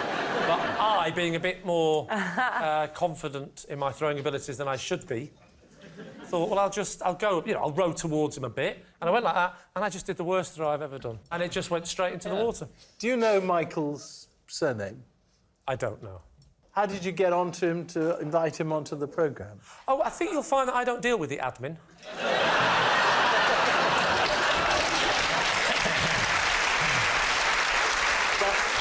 But it seems to me not absolutely impossible that the admin people would have said, that's an interesting story, Yes. Lee. What's Michael's other name so that we Well, can you get haven't in... heard the rest of the story, have you? Because I felt guilty, and so I decided to buy him a new phone. And so I said, give me your number, because obviously, his home number, and I will phone you when I've got the other phone for you, and I'll deliver it. So when the people working on this show heard the story and said, cool, blimey, that's quite fascinating. I don't suppose you know his surname, do you? I said, I don't, but I've got his number right here. I said, great, chuck it over. Well, I threw it. It went straight out the window, landed in a puddle. We need an answer. So, David's team, is Michael Hugh's snack seller, Warwick's shot put slinger, or Lee's phoneless friend? Well, Hugh's story, I don't think Hugh was even trying to make his story that believable. And so there's a chance that it's a fiendish double bluff, and that means it's true. I love the idea of a celebrity leftover museum. But it sounds... What, do you? I mean, I've been to Cornwall, and it sounds like it could be quite an attraction.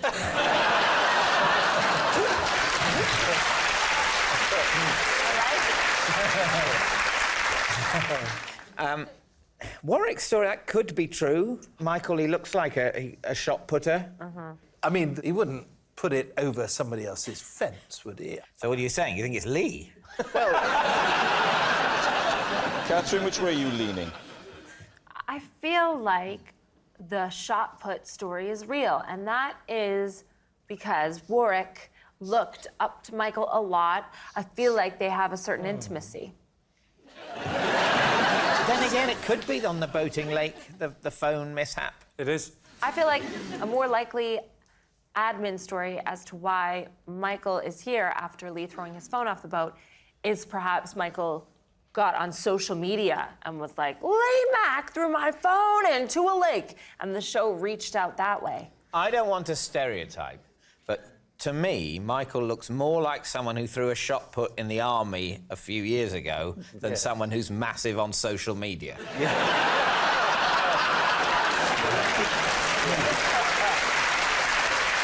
So what's it going to be? We're going to go with Warwick. OK. Michael, would you please reveal your true identity? My name is Michael, and I did try to sell the remains of the lunch.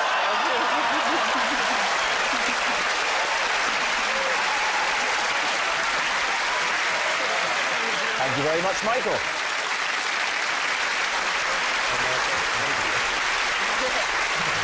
Which brings us to our final round, quick-fire lies, and we start with...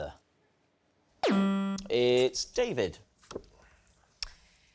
Last summer, I lost a tennis match when a bee buzzed up the leg of my shorts at a crucial moment. Please, team. Right. What was the crucial moment? Match point. What was the score at that point in sets? I'll be honest, we only played one set. And what was the score in games at that point? At that point? Yes. The score in games. I think you know what I'm asking you, David. Was 5-4. To you. 3, 2, 1, I'm going to tell you. It was 5-4. To you. No, I lost. Oh, I see, a crucial point. Right, so, did this bee sting you, or did he come in, have a quick shufty and exit? A shufty and exit. Well, did he exit out the other leg? Or was anything blocking his passage? Do you play regularly? I don't really know. I used to play more regularly, but What now I play... standard would you say you are? If 0 is someone that's never played in ever, and 10 is Boris Becker, what are you? What's 1? Tim Henman. Well, in this case, I'm probably a 0.3. Would you give us a demonstration of your serve technique? Oh, yes. It'd be lovely, I think, for Lee and his team. If they had an idea, they look at this serve, they say, well, there's a guy who wouldn't be bamboozled by a bumble, or maybe he would. I have to say, I think this is totally pointless. I'll do it. I like a man who joins in with the fun. I'm so sorry. This is just a waste of your time. This is it. This is the racket in my right hand. David, why don't? I'm so sorry.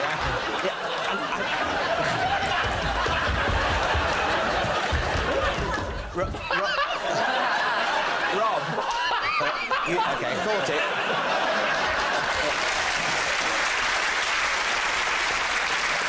Ready?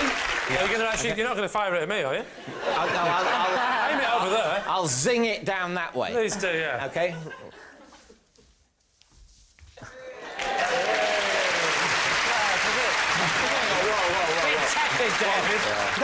That's barely going to get over the net. You don't believe I serve like that? No. I want to see your feet off the ground and put something... I want to see you grunting. Oh, hang on, wait a minute. Got a ball, have you? You went over there.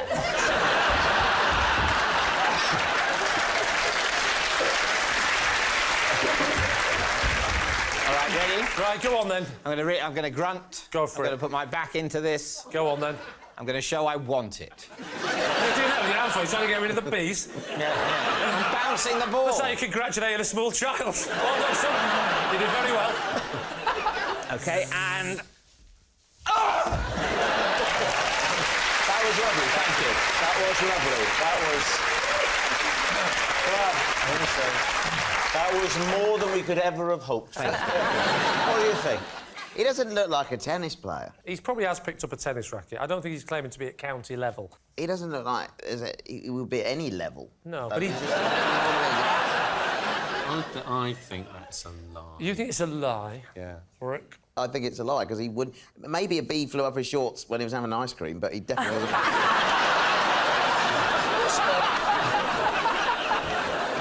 That's the most belittling thing I've ever heard on this show. OK, we're saying it's a lie. OK, David. Was that the truth, or was it a lie? It was a lie.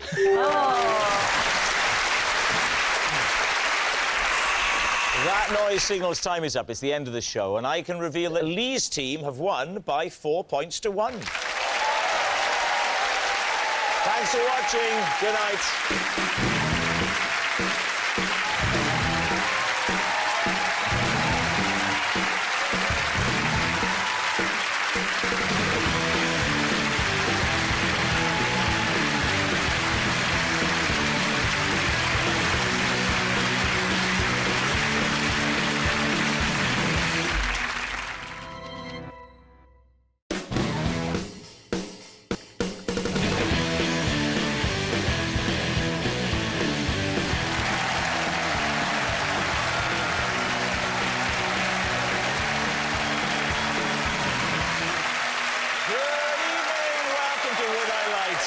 The show that sorts the facts from the fibs. On David Mitchell's team tonight, a comedian who admits to being a huge hypochondriac. Or at least, that's what he thinks he is. But what if it's something worse? Please welcome Joe Lycett.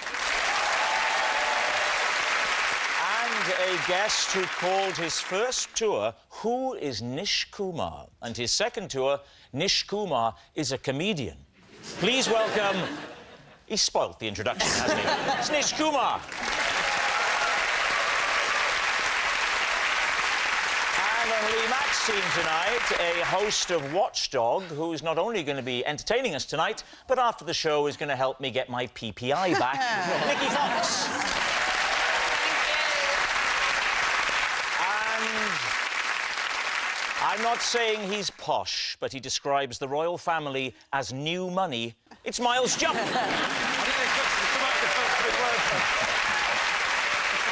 And we begin with round one, Home Truths, where our panellists each read out a statement from the card in front of them. To make things harder, they've never seen the card before. They have no idea what they'll be faced with. It's up to the opposing team to sort the fact from the fiction, and Miles is first up this evening. Whilst on holiday in South Africa, I had a 2-minute conversation with what I thought was my wife, only to discover that a small hippo had wandered into the bedroom. David's team, what do you make of that? Miles, describe your wife to us. Tall, slender, statuesque. So did the hippo have a very similar voice to your wife? The hippo was just sort of moving gently around. They're known for that. not in an especially close proximity. What was the conversation about, and how did you go 2 minutes? I'll tell you what the conversation was about. It was about me, and I was doing most of the talking, which obviously contributed to my confusion. Where, in fact, was your wife? I don't know where she was. She was just not... Have you ever seen your wife again?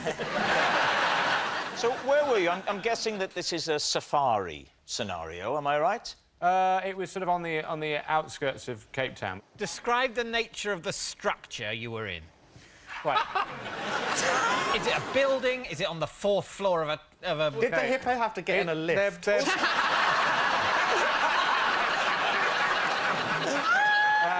OK, well, it's mainly bungalows. The resort is a collection of sort of bungalow buildings, largely A-frame wooden buildings with a kind of thatch roof. Why were the doors so big a hippo could get in?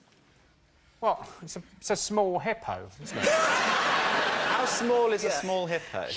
Like a George from Rainbow, or...? That yay big. So the hippo was only that big? Yeah. It's about the size of a Labrador. Well, let's be clear. Is that its width or its length? That is its width, as viewed from behind, and I suspect from the front. This is worse. Your wife's like the back end of a hippo. This A-frame bungalow has how many rooms in it? it's got 2 rooms. At one end, there's a big bathroom, and then there's the rest of it is a very big open-plan bedroom, and it has sort of seating area in the middle of it, and it has a bed at the far end, a very robust bed, and... A bed you could make love to a hippo on?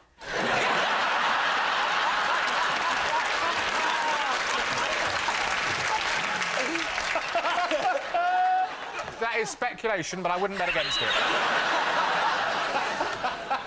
OK, we're in the bungalow, OK? I'm in the ensuite end. Yes. OK. And I'd been shaving and then, you know, shouting over my shoulder. And I realised after a while, I'm not getting a lot back here. And I turned round and I saw that I had not been moaning about my career to my wife, but to a baby hippo. How long was this baby hippo? Well, I only saw it from the back, but I imagine, statistically, it'd be, what, probably 3 times as long as it was wide? OK. so broadly, so it was a sort of as long as this desk?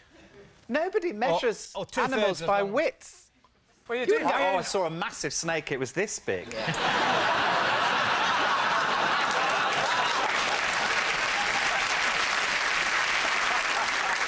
So what are you going to say? Is he telling the truth? I think based on the width, it's a lie. I think that was a panicked reach for width. On the basis of the panicked reach for width. I think we'll say it's a lie. You're going to say that's a lie? OK. Miles, were you telling the truth or were you telling a lie? It is a lie.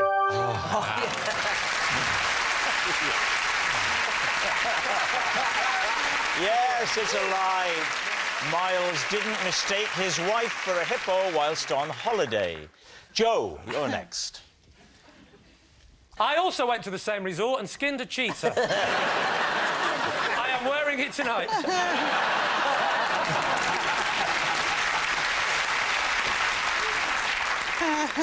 At the end of my first driving lesson, my instructor told me I'd done pretty well, but that I didn't need to make the noises of the car engine as I drove along. Please, team. OK, so what kind of noises would you make? I find it very sort of reassuring to make noises in the car because I find it quite stressful driving. So on the first lesson, this is when it started, and I'd just go. So you could replicate that if you change gear, you'd do what you just did then.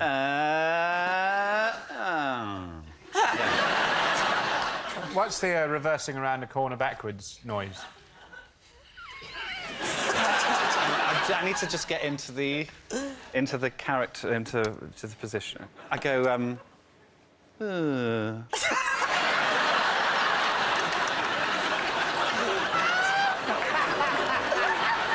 would you What's weird about that? Would you make all the noises? Would you do indicators, for example? No, let's not be silly.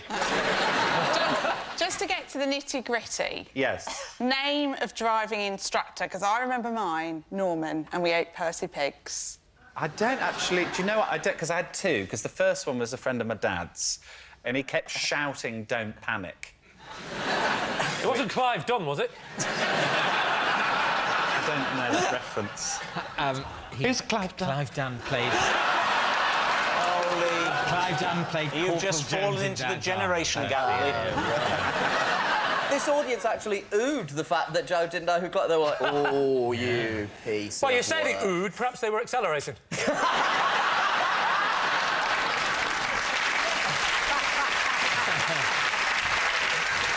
So what do you think, then, Lee? What is your team thinking about this? Nikki, what do we think, then? I reckon it might be the truth. You think it's the truth? Yeah, I'd say that. Do you, Miles? I think just Joe is inherently believable, very trustworthy. OK, well, we'll say it's the truth. You're saying it's true? Joe, truth or lie? It is a lie.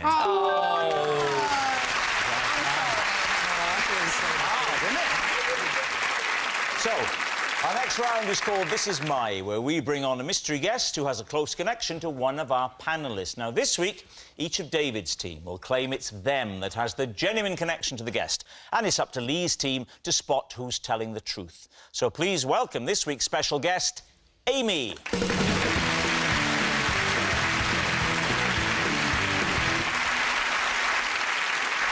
So, Joe, what is Amy to you?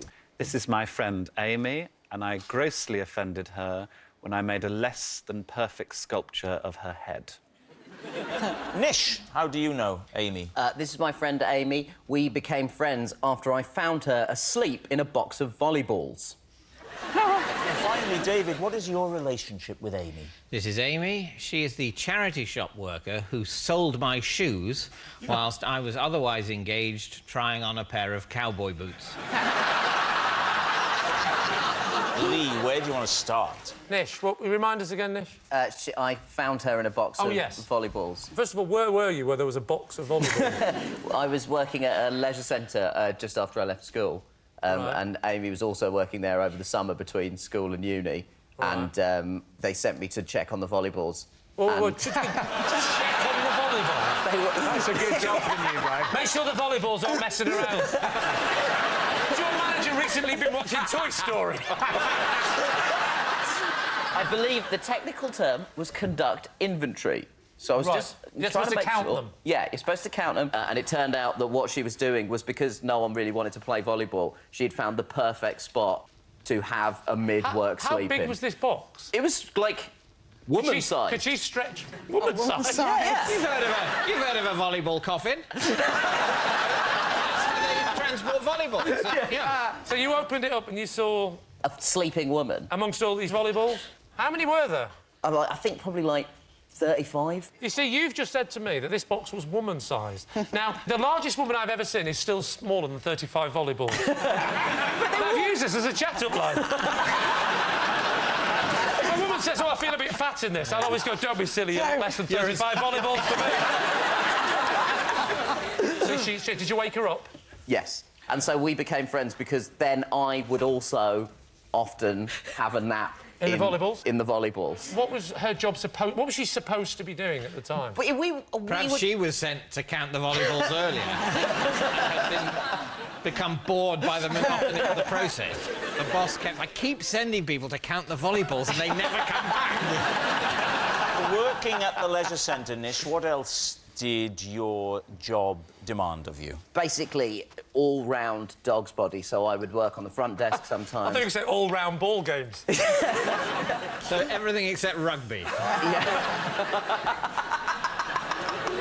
Bowls, David. What? They're not totally spherical in bowls. That's Are why they not? That's why they curve. I would say, colloquially, they're still round, though. Oh, hello. It's all kicking off at Bridge Club.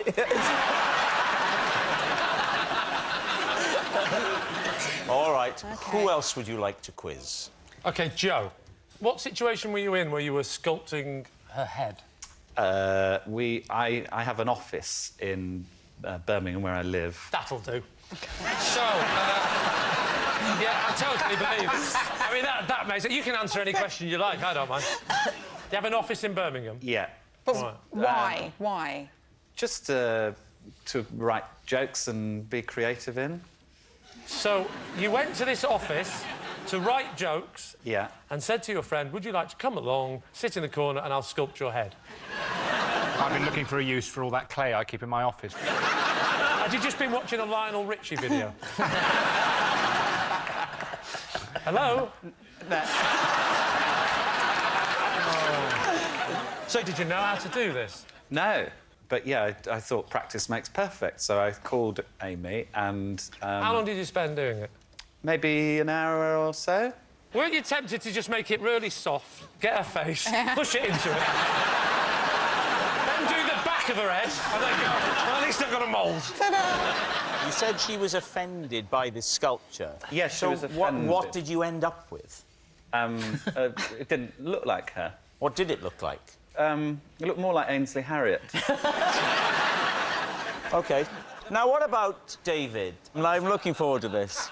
What was it you claimed, David? That Amy is the charity shop worker. That's right. Oh, yes. Who sold my shoes whilst I was otherwise engaged trying on a pair of cowboy boots. Can you talk us through the incident, please? Well, I was in the charity shop. Which charity shop?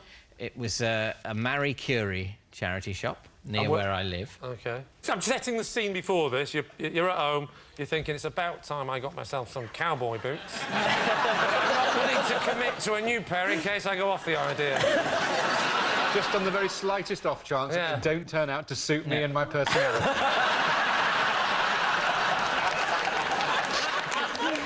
cowboy boots, I'll be honest with you, don't particularly appeal to me aesthetically. Wow, that surprises I don't think me. they go with what I like to call my style. Right. Well, how would you describe that style, David? I think my style is indescribable.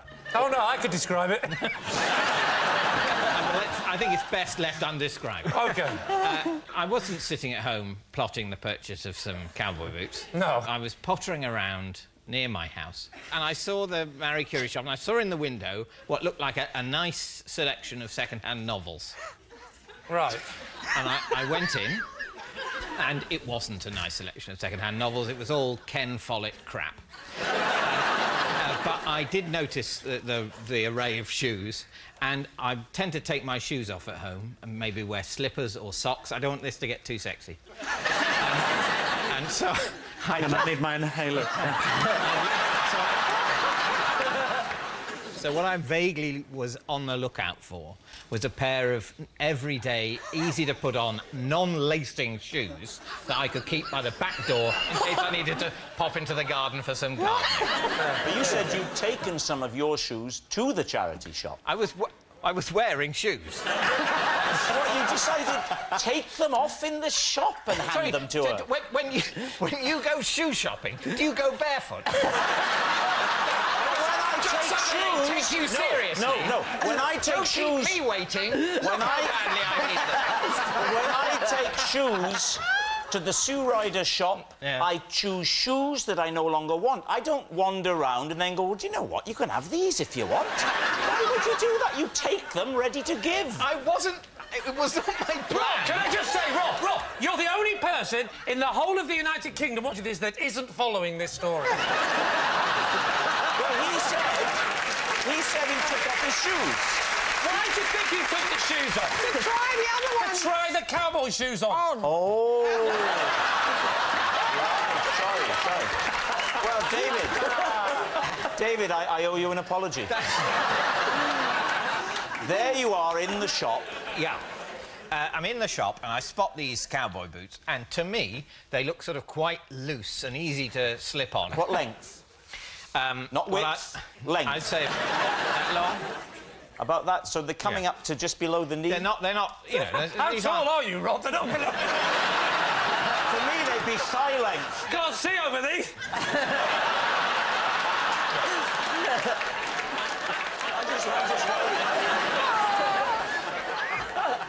I would say they're, for a cowboy, they're shortish. But Leather or suede? But they're not ankle boots. Leather or suede? Leather. And with a sort of bit of, I don't know the technical shoe terms, but sort of like a bit of crenellation sort of flapping on them.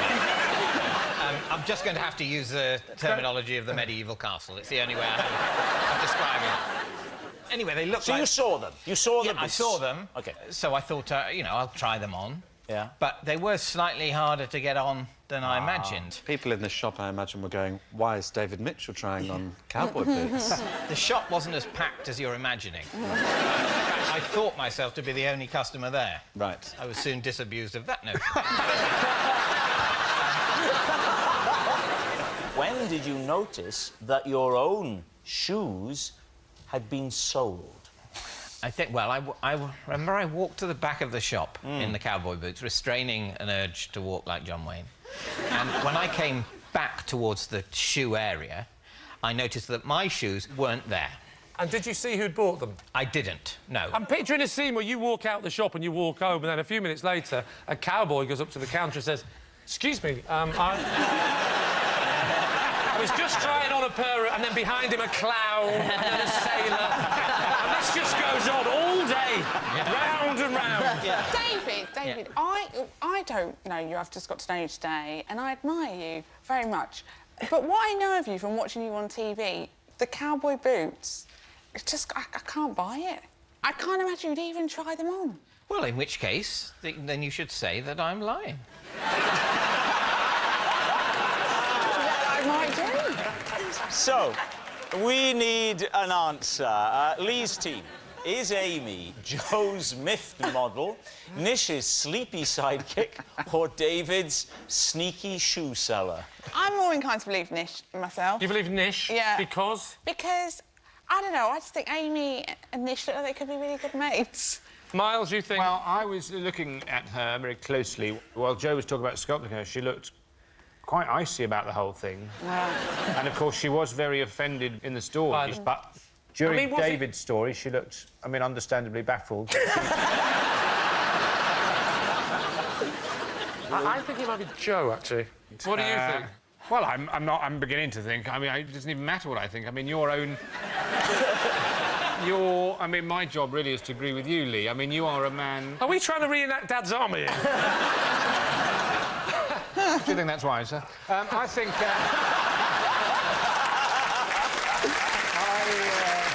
I think Nish is telling the truth. You think Nish is telling the truth? You think Nish is telling the truth? Yeah. Right, in that case, I'll go with what my team say. You're saying it's Nish? No, I'm overruling. I'm going with Joe. Are you seriously? I feel it's Joe. All right. Amy, would you please reveal your true identity? I'm Amy and I'm Joe's friend.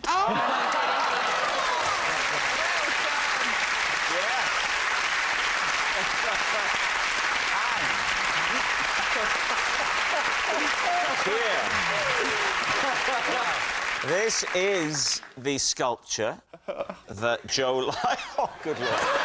This is the sculpture. Get ready for this.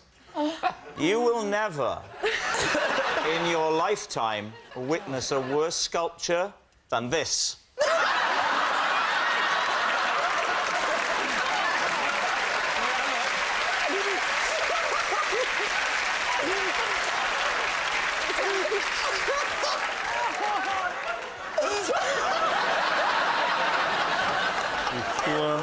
Poor woman.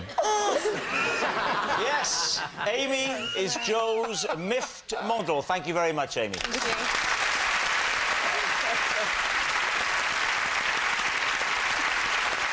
Which brings us to our final round, quickfire lies, and we start with...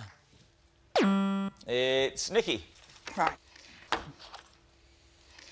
I love gravy so much that I freeze it into ice lollies to suck in the summertime. David. You maniac. What sort of gravy? Beef, chicken or vegetable? Beef gravy would be my gravy of choice. Do you only make lollies out of the beef gravy? If I'm desperate... Yeah, you do sound desperate. I might possibly choose another gravy. Do you use granules? I try and avoid granules, because I think if you're going to have a gravy ice lolly, you might as well do a posh one. Yeah. And everybody thinks it's strange. Yeah, everyone thinks it's strange. Do you think it's strange? No, because I think if I made you one, you suck that gravy lolly. Need the inhaler again? Yeah. You suck that gravy lolly and you'll be like, Nikki... There's the slogan right there. It markets itself. You suck that gravy lolly. So, David, what are you going to say? Is this the truth, or is Nikki telling a lie? What do you think? I think it's true. You think it's true? I think she's off her nut. And I think she's made a gravy lolly. I think it's a lie because I think... no, I can't believe I'm having to justify this. It's a gravy lolly. I think it's a lie. I think overall, I think it's a lie. I think it's a lie. OK. Yeah. Nikki, was it the truth or was it a lie? It is, in fact, a lie. But I'm glad to believe it. Yes, it's a lie. Nikki doesn't freeze gravy to use as ice lollies. Next, it's Lee. On a recent train journey under cover of darkness in a tunnel, I secretly switched bananas with the stranger opposite because his looked better than mine. Hey. So, why was there no lighting in this train? Were you perhaps travelling in the 1870s?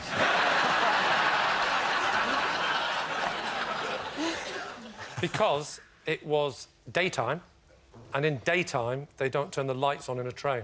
What? So they were unaware of the tunnel on their route? The tunnel was so brief and so quick, they didn't bother. So it was a very brief, so it's basically like an extended bridge? It was a shortcut. So it was very quick tunnel, but very nevertheless quick tunnel. you had I would swap say bananas. No more than 5 seconds. Can you demonstrate how you did it? Yeah.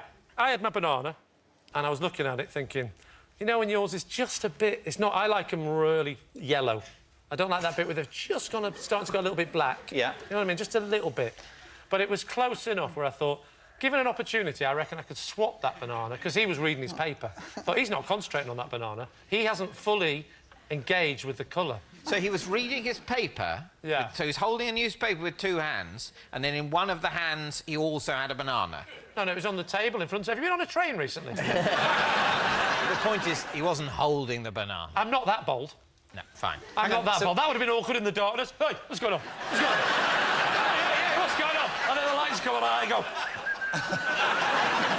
Mine was sitting on the table, his was sitting on the table. OK, and you saw the two bananas. Yours has gone a bit manky, his is pristine. Just fractional. Just on the turn. Just enough that I could get away with swapping it. Yeah, so it's plausible that he might think, oh, I thought this banana was fresher than this. But it was like a film. It's been 14 seconds later, maybe it's just turned. Did you have any reading materials, or were you just sat...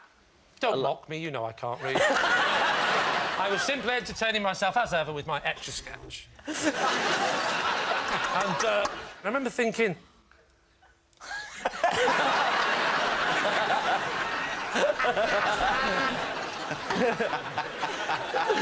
I looked at it, he's not looked at that banana once. That's wasted on him, but that's irritating me. So, and I just thought, like that, put it back in its case, I'm very protective of it. And I thought, could I? And I was tempted to do it. I thought, no, I'll never get away with this. And then suddenly, it was pitch black. I'm struggling to envision a tunnel that takes 5 seconds to get through, but is... Well, do you know those really long tunnels? Yeah. Imagine one of them, but really short. But that renders the whole carriage just a complete blackout. Yeah. Well, you know, all I could say, this is one important factor you're missing. Bright sunshine, eye adjustment. Because the effect of the bright sunlight directly on your eyes... Did I not mention how bright it was? Very, very bright. Oh, it was bright. I can't help thinking he wasn't reading that paper, he was shielding him. In fact, the banana was so bright, I think the bananas actually grew on the train. Yeah. It's a moment of complete blackness. Black! You're almost blinded in this blackness. You know, it was so dark. You know when it's so dark, you think, God, it's dark, I could nick a banana. But that's my whole point. How did you manage to put your hand on his banana to be so... I mean, you must have rummaged around. No, I didn't rummage. Picture the scene. The Etch-a-Sketch is away. He's behind his paper. And I'm looking, and his banana's definitely reachable. And he's not looking, and it's there. And even before we go through the tunnel, I'm tempted. I'm going, could I? No. Could I? No, there's no one looking here. There's no one looking. And I'm so close to making that decision. Yeah. It goes black. Get it! Get it! Go!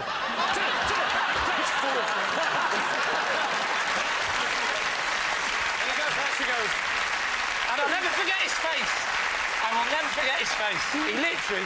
It made a bit of a noise, a bit of a kerfuffle, and the lights came, and he literally went... I knew I'd got away with it. So what do you think, David? What do you think? Absolute nonsense. All right. What do you Just think? listen, give me another go. It was a pomegranate on a rickshaw. I mean, it's a very, very rich, complete picture that Lee has painted. Yes. But I don't think he... I simply don't think Grapefruit he would in a brothel? steal someone else's banana. I think he looks low on potassium as well. Yeah. So, for you, it is a lie. Lee, were you... This is everybody's on tenterhooks to find out. Were you telling the truth? Or was it maybe a lie? What do we think, Tim? No. This is the one where you know the answer and you say. Oh, I see. In that case, it's a lie. Yes. Amazingly, it's a lie. Lee didn't secretly switch bananas with a stranger on the train. Well, that noise signals time is up. It's the end of the show. I can reveal that David's team have won by 4 points to 1. Thank you for watching. Good night.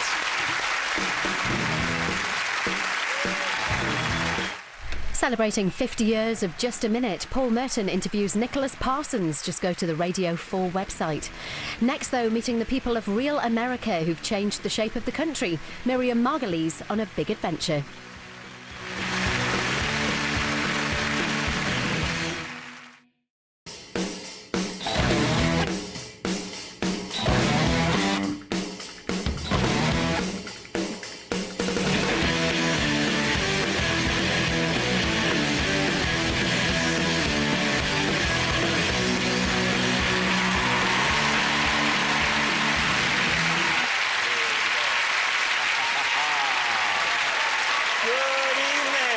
welcome to Would I Lie to You, the show where fibs and fancies are the order of the day. And on Lee Mack's team tonight, the Springwatch TV presenter who, when she was younger, worked on a crocodile farm. It's where she first got her love of animals, and shoes, and handbags. Kate Humble!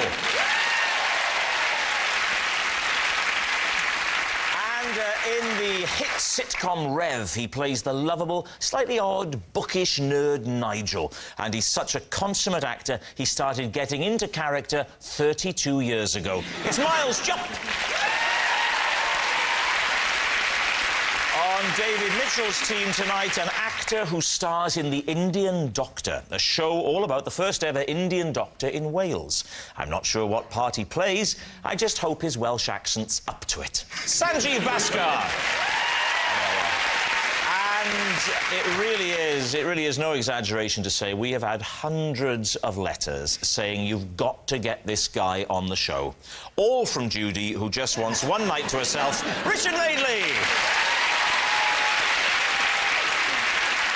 And so we begin with round one. It's Home Truths, where our panellists each read out a statement from the card in front of them. To make things harder, they've never seen the card before, so they've got no idea what they'll be faced with. It's up to the opposing team to sort the fact from the fiction. And, Richard, you are first up. One Christmas morning, I woke up stark naked in our shoe cupboard, clutching nothing but 2 cans of fake snow. Lee Mack, what do you make of that? So, what year was this? About 1993. OK, and can you talk us through how this happened? I went to bed very drunk on Christmas Eve. Actually, it was Christmas morning by then, about 2 in the morning. And I woke up again in the cupboard under the stairs, totally naked, with 2, as I realised when I picked them up, empty artificial snow spray cans in each hand. And the light was on, and my face was in the Wellington boots. What had you gone in there for? I'd gone in to put the snow cans back after what I then realised I'd done with them. What had you done with them? 2 weeks earlier, we bought our family Christmas tree in the hall, and Judy and Chloe, my daughter, decided that it wouldn't be a good idea to put artificial snow on it, and Jack, my son, and I thought it would. And we had a massive row, and of course, the ladies won. So the spray was hidden at the back of the cupboard, but I saw where Judy hid it. Okay. But you did this naked? Yes. I did it in my sleep. Can I just stop you there? No one's listening now, we're all just thinking, oh, Richard Madeley sleeps naked. And clearly, I mean, I can only suppose what happened. I'd gone downstairs in my sleep, taken the cans out, covered the tree with fake foam, gone back in the thing, and then woken up. You'd done the whole tree? Was it a good job? It was terrible. I mean, it covered everything. It covered the lights, it covered the baubles, it covered... it was like a great big Mr. Whippy. I'm intrigued by this cupboard under the stairs, Richard. I think someone with your income would, by now, or by 1993 even, during your, let's call it heyday, would have had it...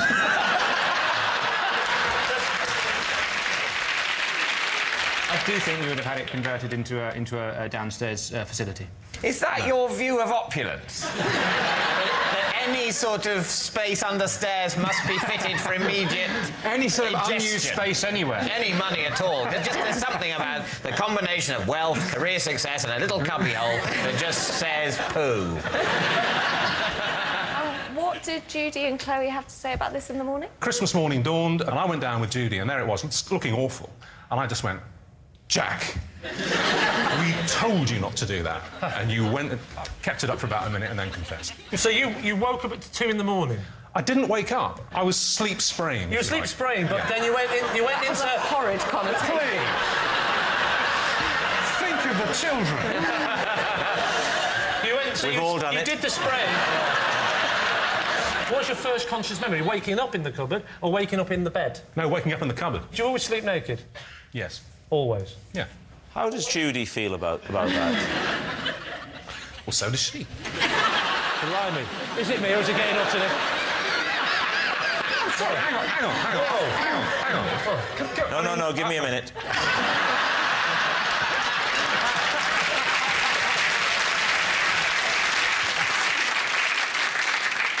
Hands up, who sleeps naked? David, keep your hands down. It's got to be 40%. No, I mean, obviously I go to bed dressed as Scrooge. So what are you thinking, Lee? I definitely think it's plausible. What do you think, Kate? What concerns me is the gap between the waking up at 2 o'clock in the morning and going to bed and not sort of doing anything about the tree. Just leaving it. Just leaving it. Miles? I think it is true. You do. So what are you going to say? OK, split decision. We will go with... I will go with Miles and say that's true. You're saying it's true? Richard Madeley, were you telling the truth or were you telling a lie? I have to tell you guys, you've made a terrible start. For us, it's true. Yes, it's true. One Christmas morning, Richard did wake up stark naked in his shoe cupboard, clutching nothing but 2 cans of fake snow. Judy was quite pleased when she came across Richard sitting there stark naked, as it reminded her to put the turkey in the oven.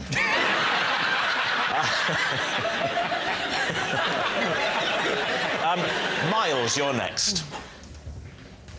Every time I shower, I must adhere to my strict system for drying myself. OK, quick as you can. What's the system for drying yourself? Well, I always use a towel. Weird eccentric. Well, actually, I don't start with a towel. I sort of brush water off this arm. I can do that 20 times. With your hand? With my hand. Yeah. And then 20 times that one. Do you dry yourself between your legs with your hands?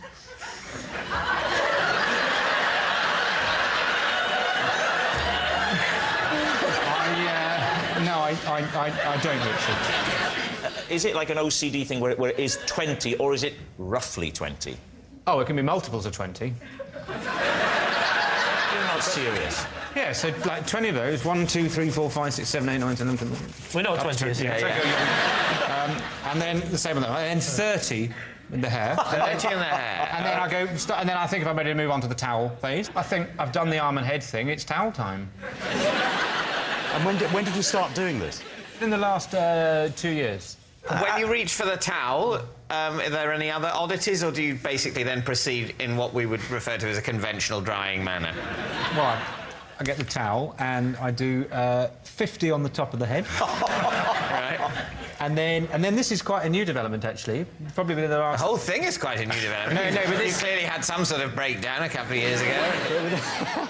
So now it's 50 on top and 50 behind, whereas it used to just be 50 on top. What was it about your drying policy before this point, 2 or 3 years ago, that you considered inadequate? I was getting to a lot of towels. How much moisture do you hold? I am unbelievably absorbent. You, one could wring me out like a sponge. Have you tried that? Because that might be a more efficient way of... Don't see what it is about this system that is hard to believe or understand. I don't like it. No. Don't do it. If this turns out to be true, it's going to be a tense evening. Do you or have you ever washed your car by hand rather than going through the drive-thru or something? No, never. No, really? Never? You are the most middle-class man I have ever met. You've never washed your own car? I've been to the rolling one. That's not the same, Miles. Getting the coin and putting it in the slot does not constitute manual labour. I've only had a car for 3 years. Maybe that's why this started. Yes, did the purchase of the car coincide with a new shower policy? Having seen the car go through the roly thing that for some reason you don't know the name of, even though the name pretty much creates itself. That's right. You sort of think, I want to create my own domestic version of this with my hands. I don't... Yeah. Do you have a little sign when you go into the bathroom that says, stop? Once you get... Do you edge forward, waiting? Stop. And you've got to do it quickly, because you know things are going to beep, beep, and you've got to get out again. So, David, it's time to take a guess. What do you think? It's truly horrible. But I want it to be true, and I'm an optimist in life, so I'll say it's true. Yeah. I can't go with that. I mean, if it is true, then it's really disturbing and frightening and all those other things that you scare your kids with. My instinct is that it's a lie. OK, So you're saying it's a lie. Well, yes. Miles, were you telling the truth, Miles, or were you telling a lie? It is... true.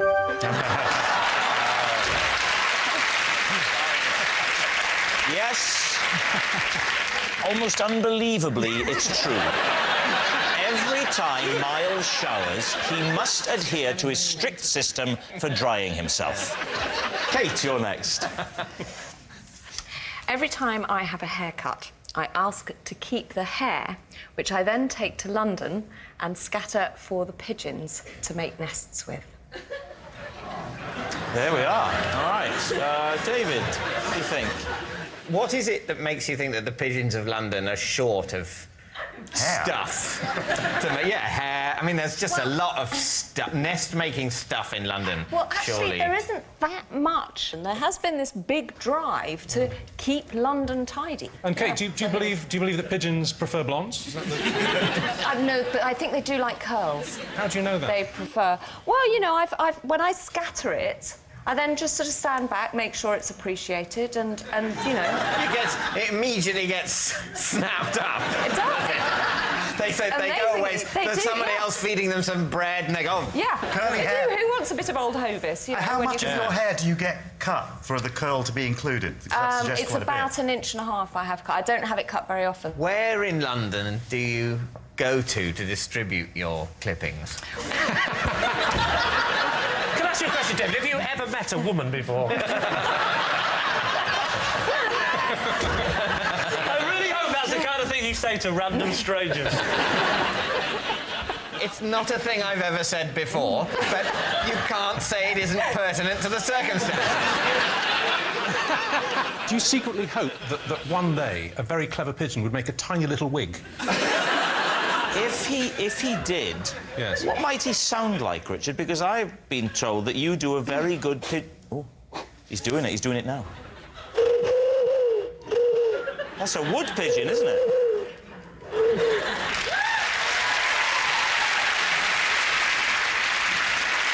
And for the aficionados of birdland amongst you, not to be confused with the ringed dove.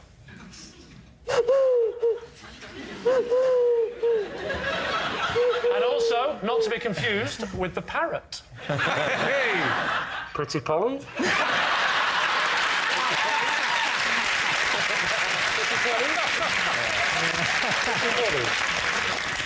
Yes, this programme is getting more and more like the One Show. Well, actually, I did want to ask Miles a question, if you don't mind, Miles. If you were to do what she does, would you wash the cuttings and hand-dry them before you... If I were to collect Kate Humble's hair and then get on a bus... No, I'd go to a hairdresser and say, have you cut Kate Humble's hair? Have you? With that voice. Well, put it in a bag for me. And then I'd catch a bus and I'd go straight to the top deck and tell everyone exactly what I had in my bag. Who watches Spring Watch? Got her hair in my bag. It's not for me, it's for the pigeons. What do you think, David? Can I say, I think more of Kate Humble than this. I have a higher I think opinion a lot of on her. this. I mean, it's... Yeah. Oh, sorry, in that sense. Yeah. I think she's telling us a lie. I think we all think it's a lie. You think it's a lie? Pretty unanimous. OK, Kate, fact or fiction? It's a lie. Yes, it was a lie. Every time Kate has a haircut, she doesn't take the hair cuttings to London to scatter to the pigeons for them to make nests with. Our next round is called This Is My, where we bring on a mystery guest who has a close connection to one of our panellists. This week, each of Lee's team will claim it's them that has the genuine connection to the guest, and it's up to David's team to spot who's telling the truth. So please welcome this week's special guest, John.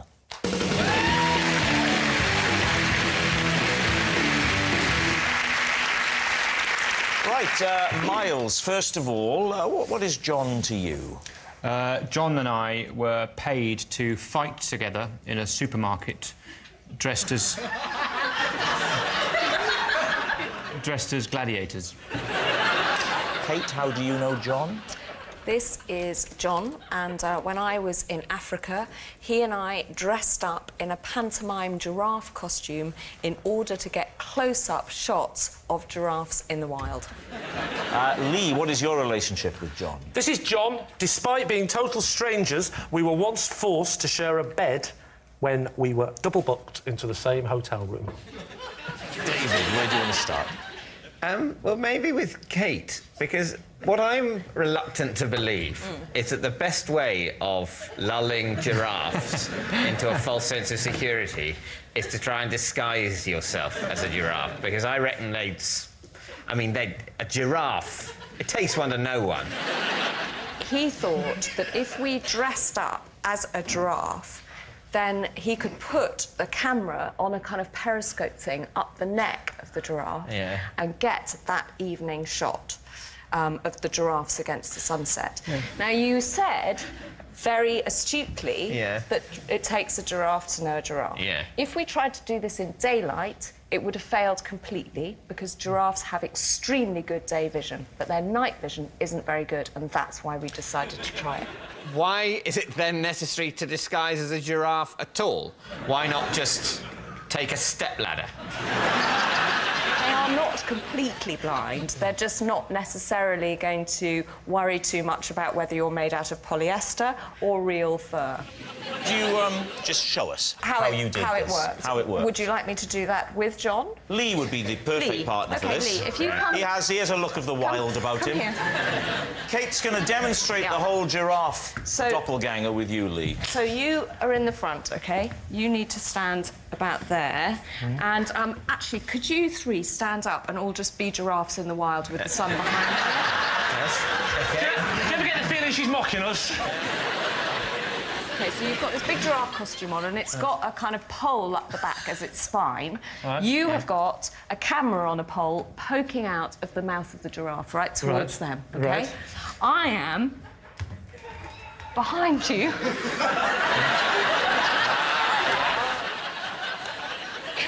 Kate, at what point do you say action? I've got the laptop here. Right. So I'm checking the focus and saying to John, OK, you're nicely framed up. That's looking lovely. There was a By the way, I'm a meerkat. Excellent. You're doing a very good job. No. All right, well, I think that's made it a lot clearer. Let's say a big thank you to our giraffes. But most of all, a big round of applause for our meerkat. Right. Who would you like to question next? Yes, Miles. You had to dress up as a gladiator. A gladiator? Yeah. As in a Roman gladiator, or as in from the TV show Gladiators? A Roman gladiator. So it's a sort of sword and sandals? Yeah, breastplates. What sort of gladiator were you? We each had a sword and a shield, and we did battle. And this was in a supermarket? Yes. Were you employed, or was this just... We were in... Or a distraction technique, so that someone else could steal biscuits. Some cakes. We were promoting a range of foods. fresh lion meats, you know, the usual. We were promoting a range of foods, the Viva Italia delicatessen range. I don't know if you remember when Safeways rolled that out. We would have this fight, and then one of us would die, or be beaten, be vanquished, and the other one would say, "Oh, how did you get the strength to beat me?" And you'd say, "From aisle 7, where I've been feasting on the Viva Italia delicatessen range." What about Lee? Lee, remind us, what is your link to John? I've forgotten. This is John. Yes. And we were once forced to share a hotel room together, or share a bed in a hotel room, because we've been double booked. So, where was the hotel, Lee? The hotel was in Scotland. OK. Do you want to be more specific than that? OK. It was right in Scotland. OK. Be more specific? More specific? Yeah. I was at Alice Sky. OK. Oh, yeah, fine. fine. I believe you. What were you doing? I was at a wedding. Yeah, when was this wedding? 9 years ago. You came back from the wedding, so I came back from the wedding. Got to the hotel. I've had a bit too much to drink. Right. I go to reception. I say hello. I'm. Well, I'd have to say. And 9 years ago. Yes, you. But so I told them who I was. She leans round. She gives me the key. I go upstairs. No lift. Right. She doesn't in any way go, by the way, there is a large man already in this room. No, obviously, she wasn't aware of the mix-up. Otherwise, she would have stopped me, wouldn't she? She didn't... As I walked off, she didn't go... What? Nothing. You'll see. So what happened? You were given the key by reception and then opened the door and he was in there? Correct. At which point you said... I was a bit drunk, so I just assumed that there'd been a mix-up, wrong key, I was in the wrong room, so I just went, oh, sorry. And he went, and I sort of... I can't remember exactly. He said what? He went, oh, sorry. You don't mock him, wait till he opens his mouth in a minute. Rob says, come on, who are you? He goes, Then you go back down to reception to say... I said, you've given me the wrong key. Yeah. Then she said, sorry, there's been a mix-up. Been a mix-up, and she said... You're going to have to go back in there. I was in the right room, he was in the wrong room, but he checked in earlier on. So it wasn't her mistake, it was a mistake earlier on by somebody else. Why didn't you investigate the possibility of sharing with the person in the other room? Oh, yeah. What I did was I went round all the rooms. I don't think so, do you? You're looking at it, soldier. When the two of you realised that you were going to have to share a bed together, did you have a kind of a negotiation? I have never been to bed with anyone where negotiations have been involved. That's not completely true. No, what I mean is, did you say, for example, I like to sleep on this side of the bed? I'm happiest on the right-hand side? Before we even got to that point, we both tried to not sleep in the same bed. I didn't just go, what the hell are you doing? I'm going to sleep on the left and you can sleep on the right. Good night. Right, so we need an answer. What do you think? I really don't know. Whatever we say, if we get it wrong, we'll look like we've believed something ridiculous. I don't believe that the best way of photographing giraffes at sunset is to disguise yourself as a giraffe. I just two actors fighting in a supermarket. But why? If you're pushing a range of sort of Italian delicatessen foods, are you going to imply that they give you gladiatorial strength? Well, it's strength to kill somebody. That's not what people are looking for in that kind of, in a nice bit of pastrami. But will it be able to give me the strength to murder? And also, don't you think that John looks like the kind of bloke you would bump into at a Scottish wedding? See, I know it sounds weird. I kind of believe Kate's version more. Yeah. You think Lee? I think Lee. But what if it's Miles then? Then that's awful. It's Miles then. We're going to say Lee. You're going to say Lee, the wedding, the bed, the night together. Yes! So, John, would you please reveal your true identity? I'm John, and I was once paid to fight Miles in a supermarket.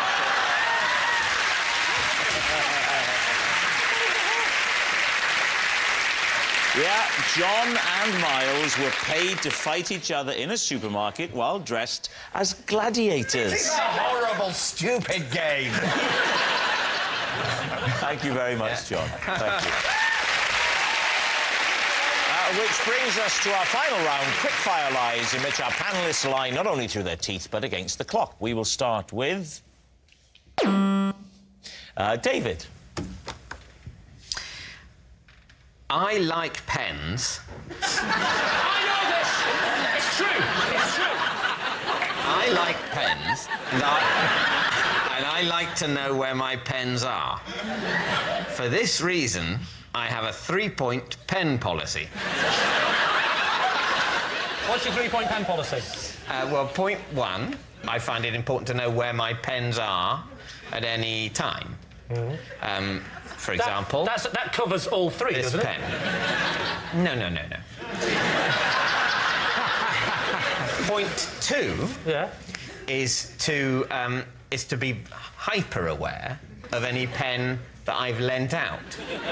Point 3 is to take any opportunity within the bounds of a reasonable interpretation of the law to purloin or otherwise obtain pens. Name 3 people who have currently got pens of yours that you want back. There are no people who have pens of mine. A key part of point 2 is to get a pen back as soon as possible. When people say, oh, can I borrow your pen? What I want to say is, absolutely not! Get your own pen, this is mine! However, as part of a scheme I'm working on to try and seem normal would be an exaggeration, but, you know, at least acceptable in broader society, I try not to say that. I try and seem casual about, oh, yeah, borrow my pen, that's fine. And then I'm thinking about it constantly until it is returned. The pen that you've got with you tonight, is that your own pen or is that a BBC pen? It is now my pen. Pass me the pen.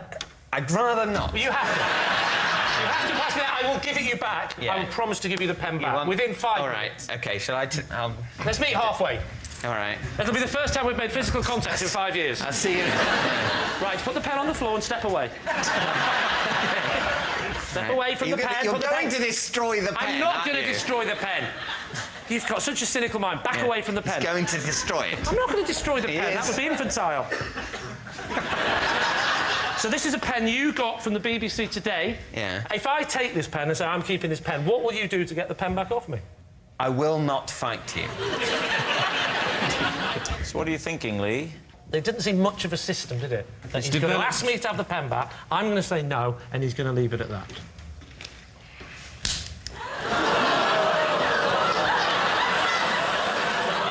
I'm so sorry. It is fair to say we have created drama. You had explicitly reassured him in front of witnesses that you would not break the pen. I didn't believe him. I didn't believe him. I knew he'd break the pen. That pen, I'm afraid to say, and I hope this doesn't make me sound heartless, when I put that pen down there, it was dead to me.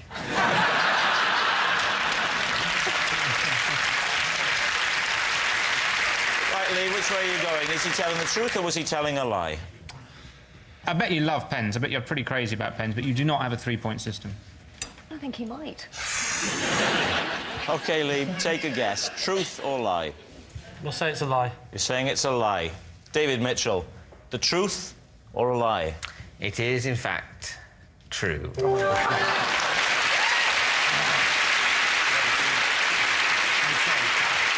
Yes, it's true. David does have a 3-point pen policy, so he knows where they are. Oh, that noise signals time is up and it's the end of the show, and I can reveal that Lee's team have won by 3 points to 2. But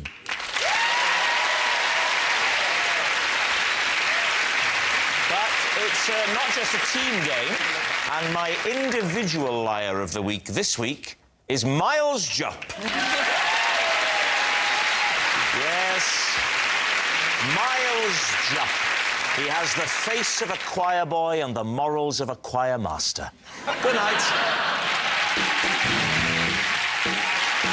Joe Brand and the Boys next on BBC One. Have I Got News for You? Brand new drama from BBC Three, back from their holes with the return of Lip Service. While BBC 4's Reggae Night kicks off right now with Reggae Britannia, followed by some classic sessions at the BBC.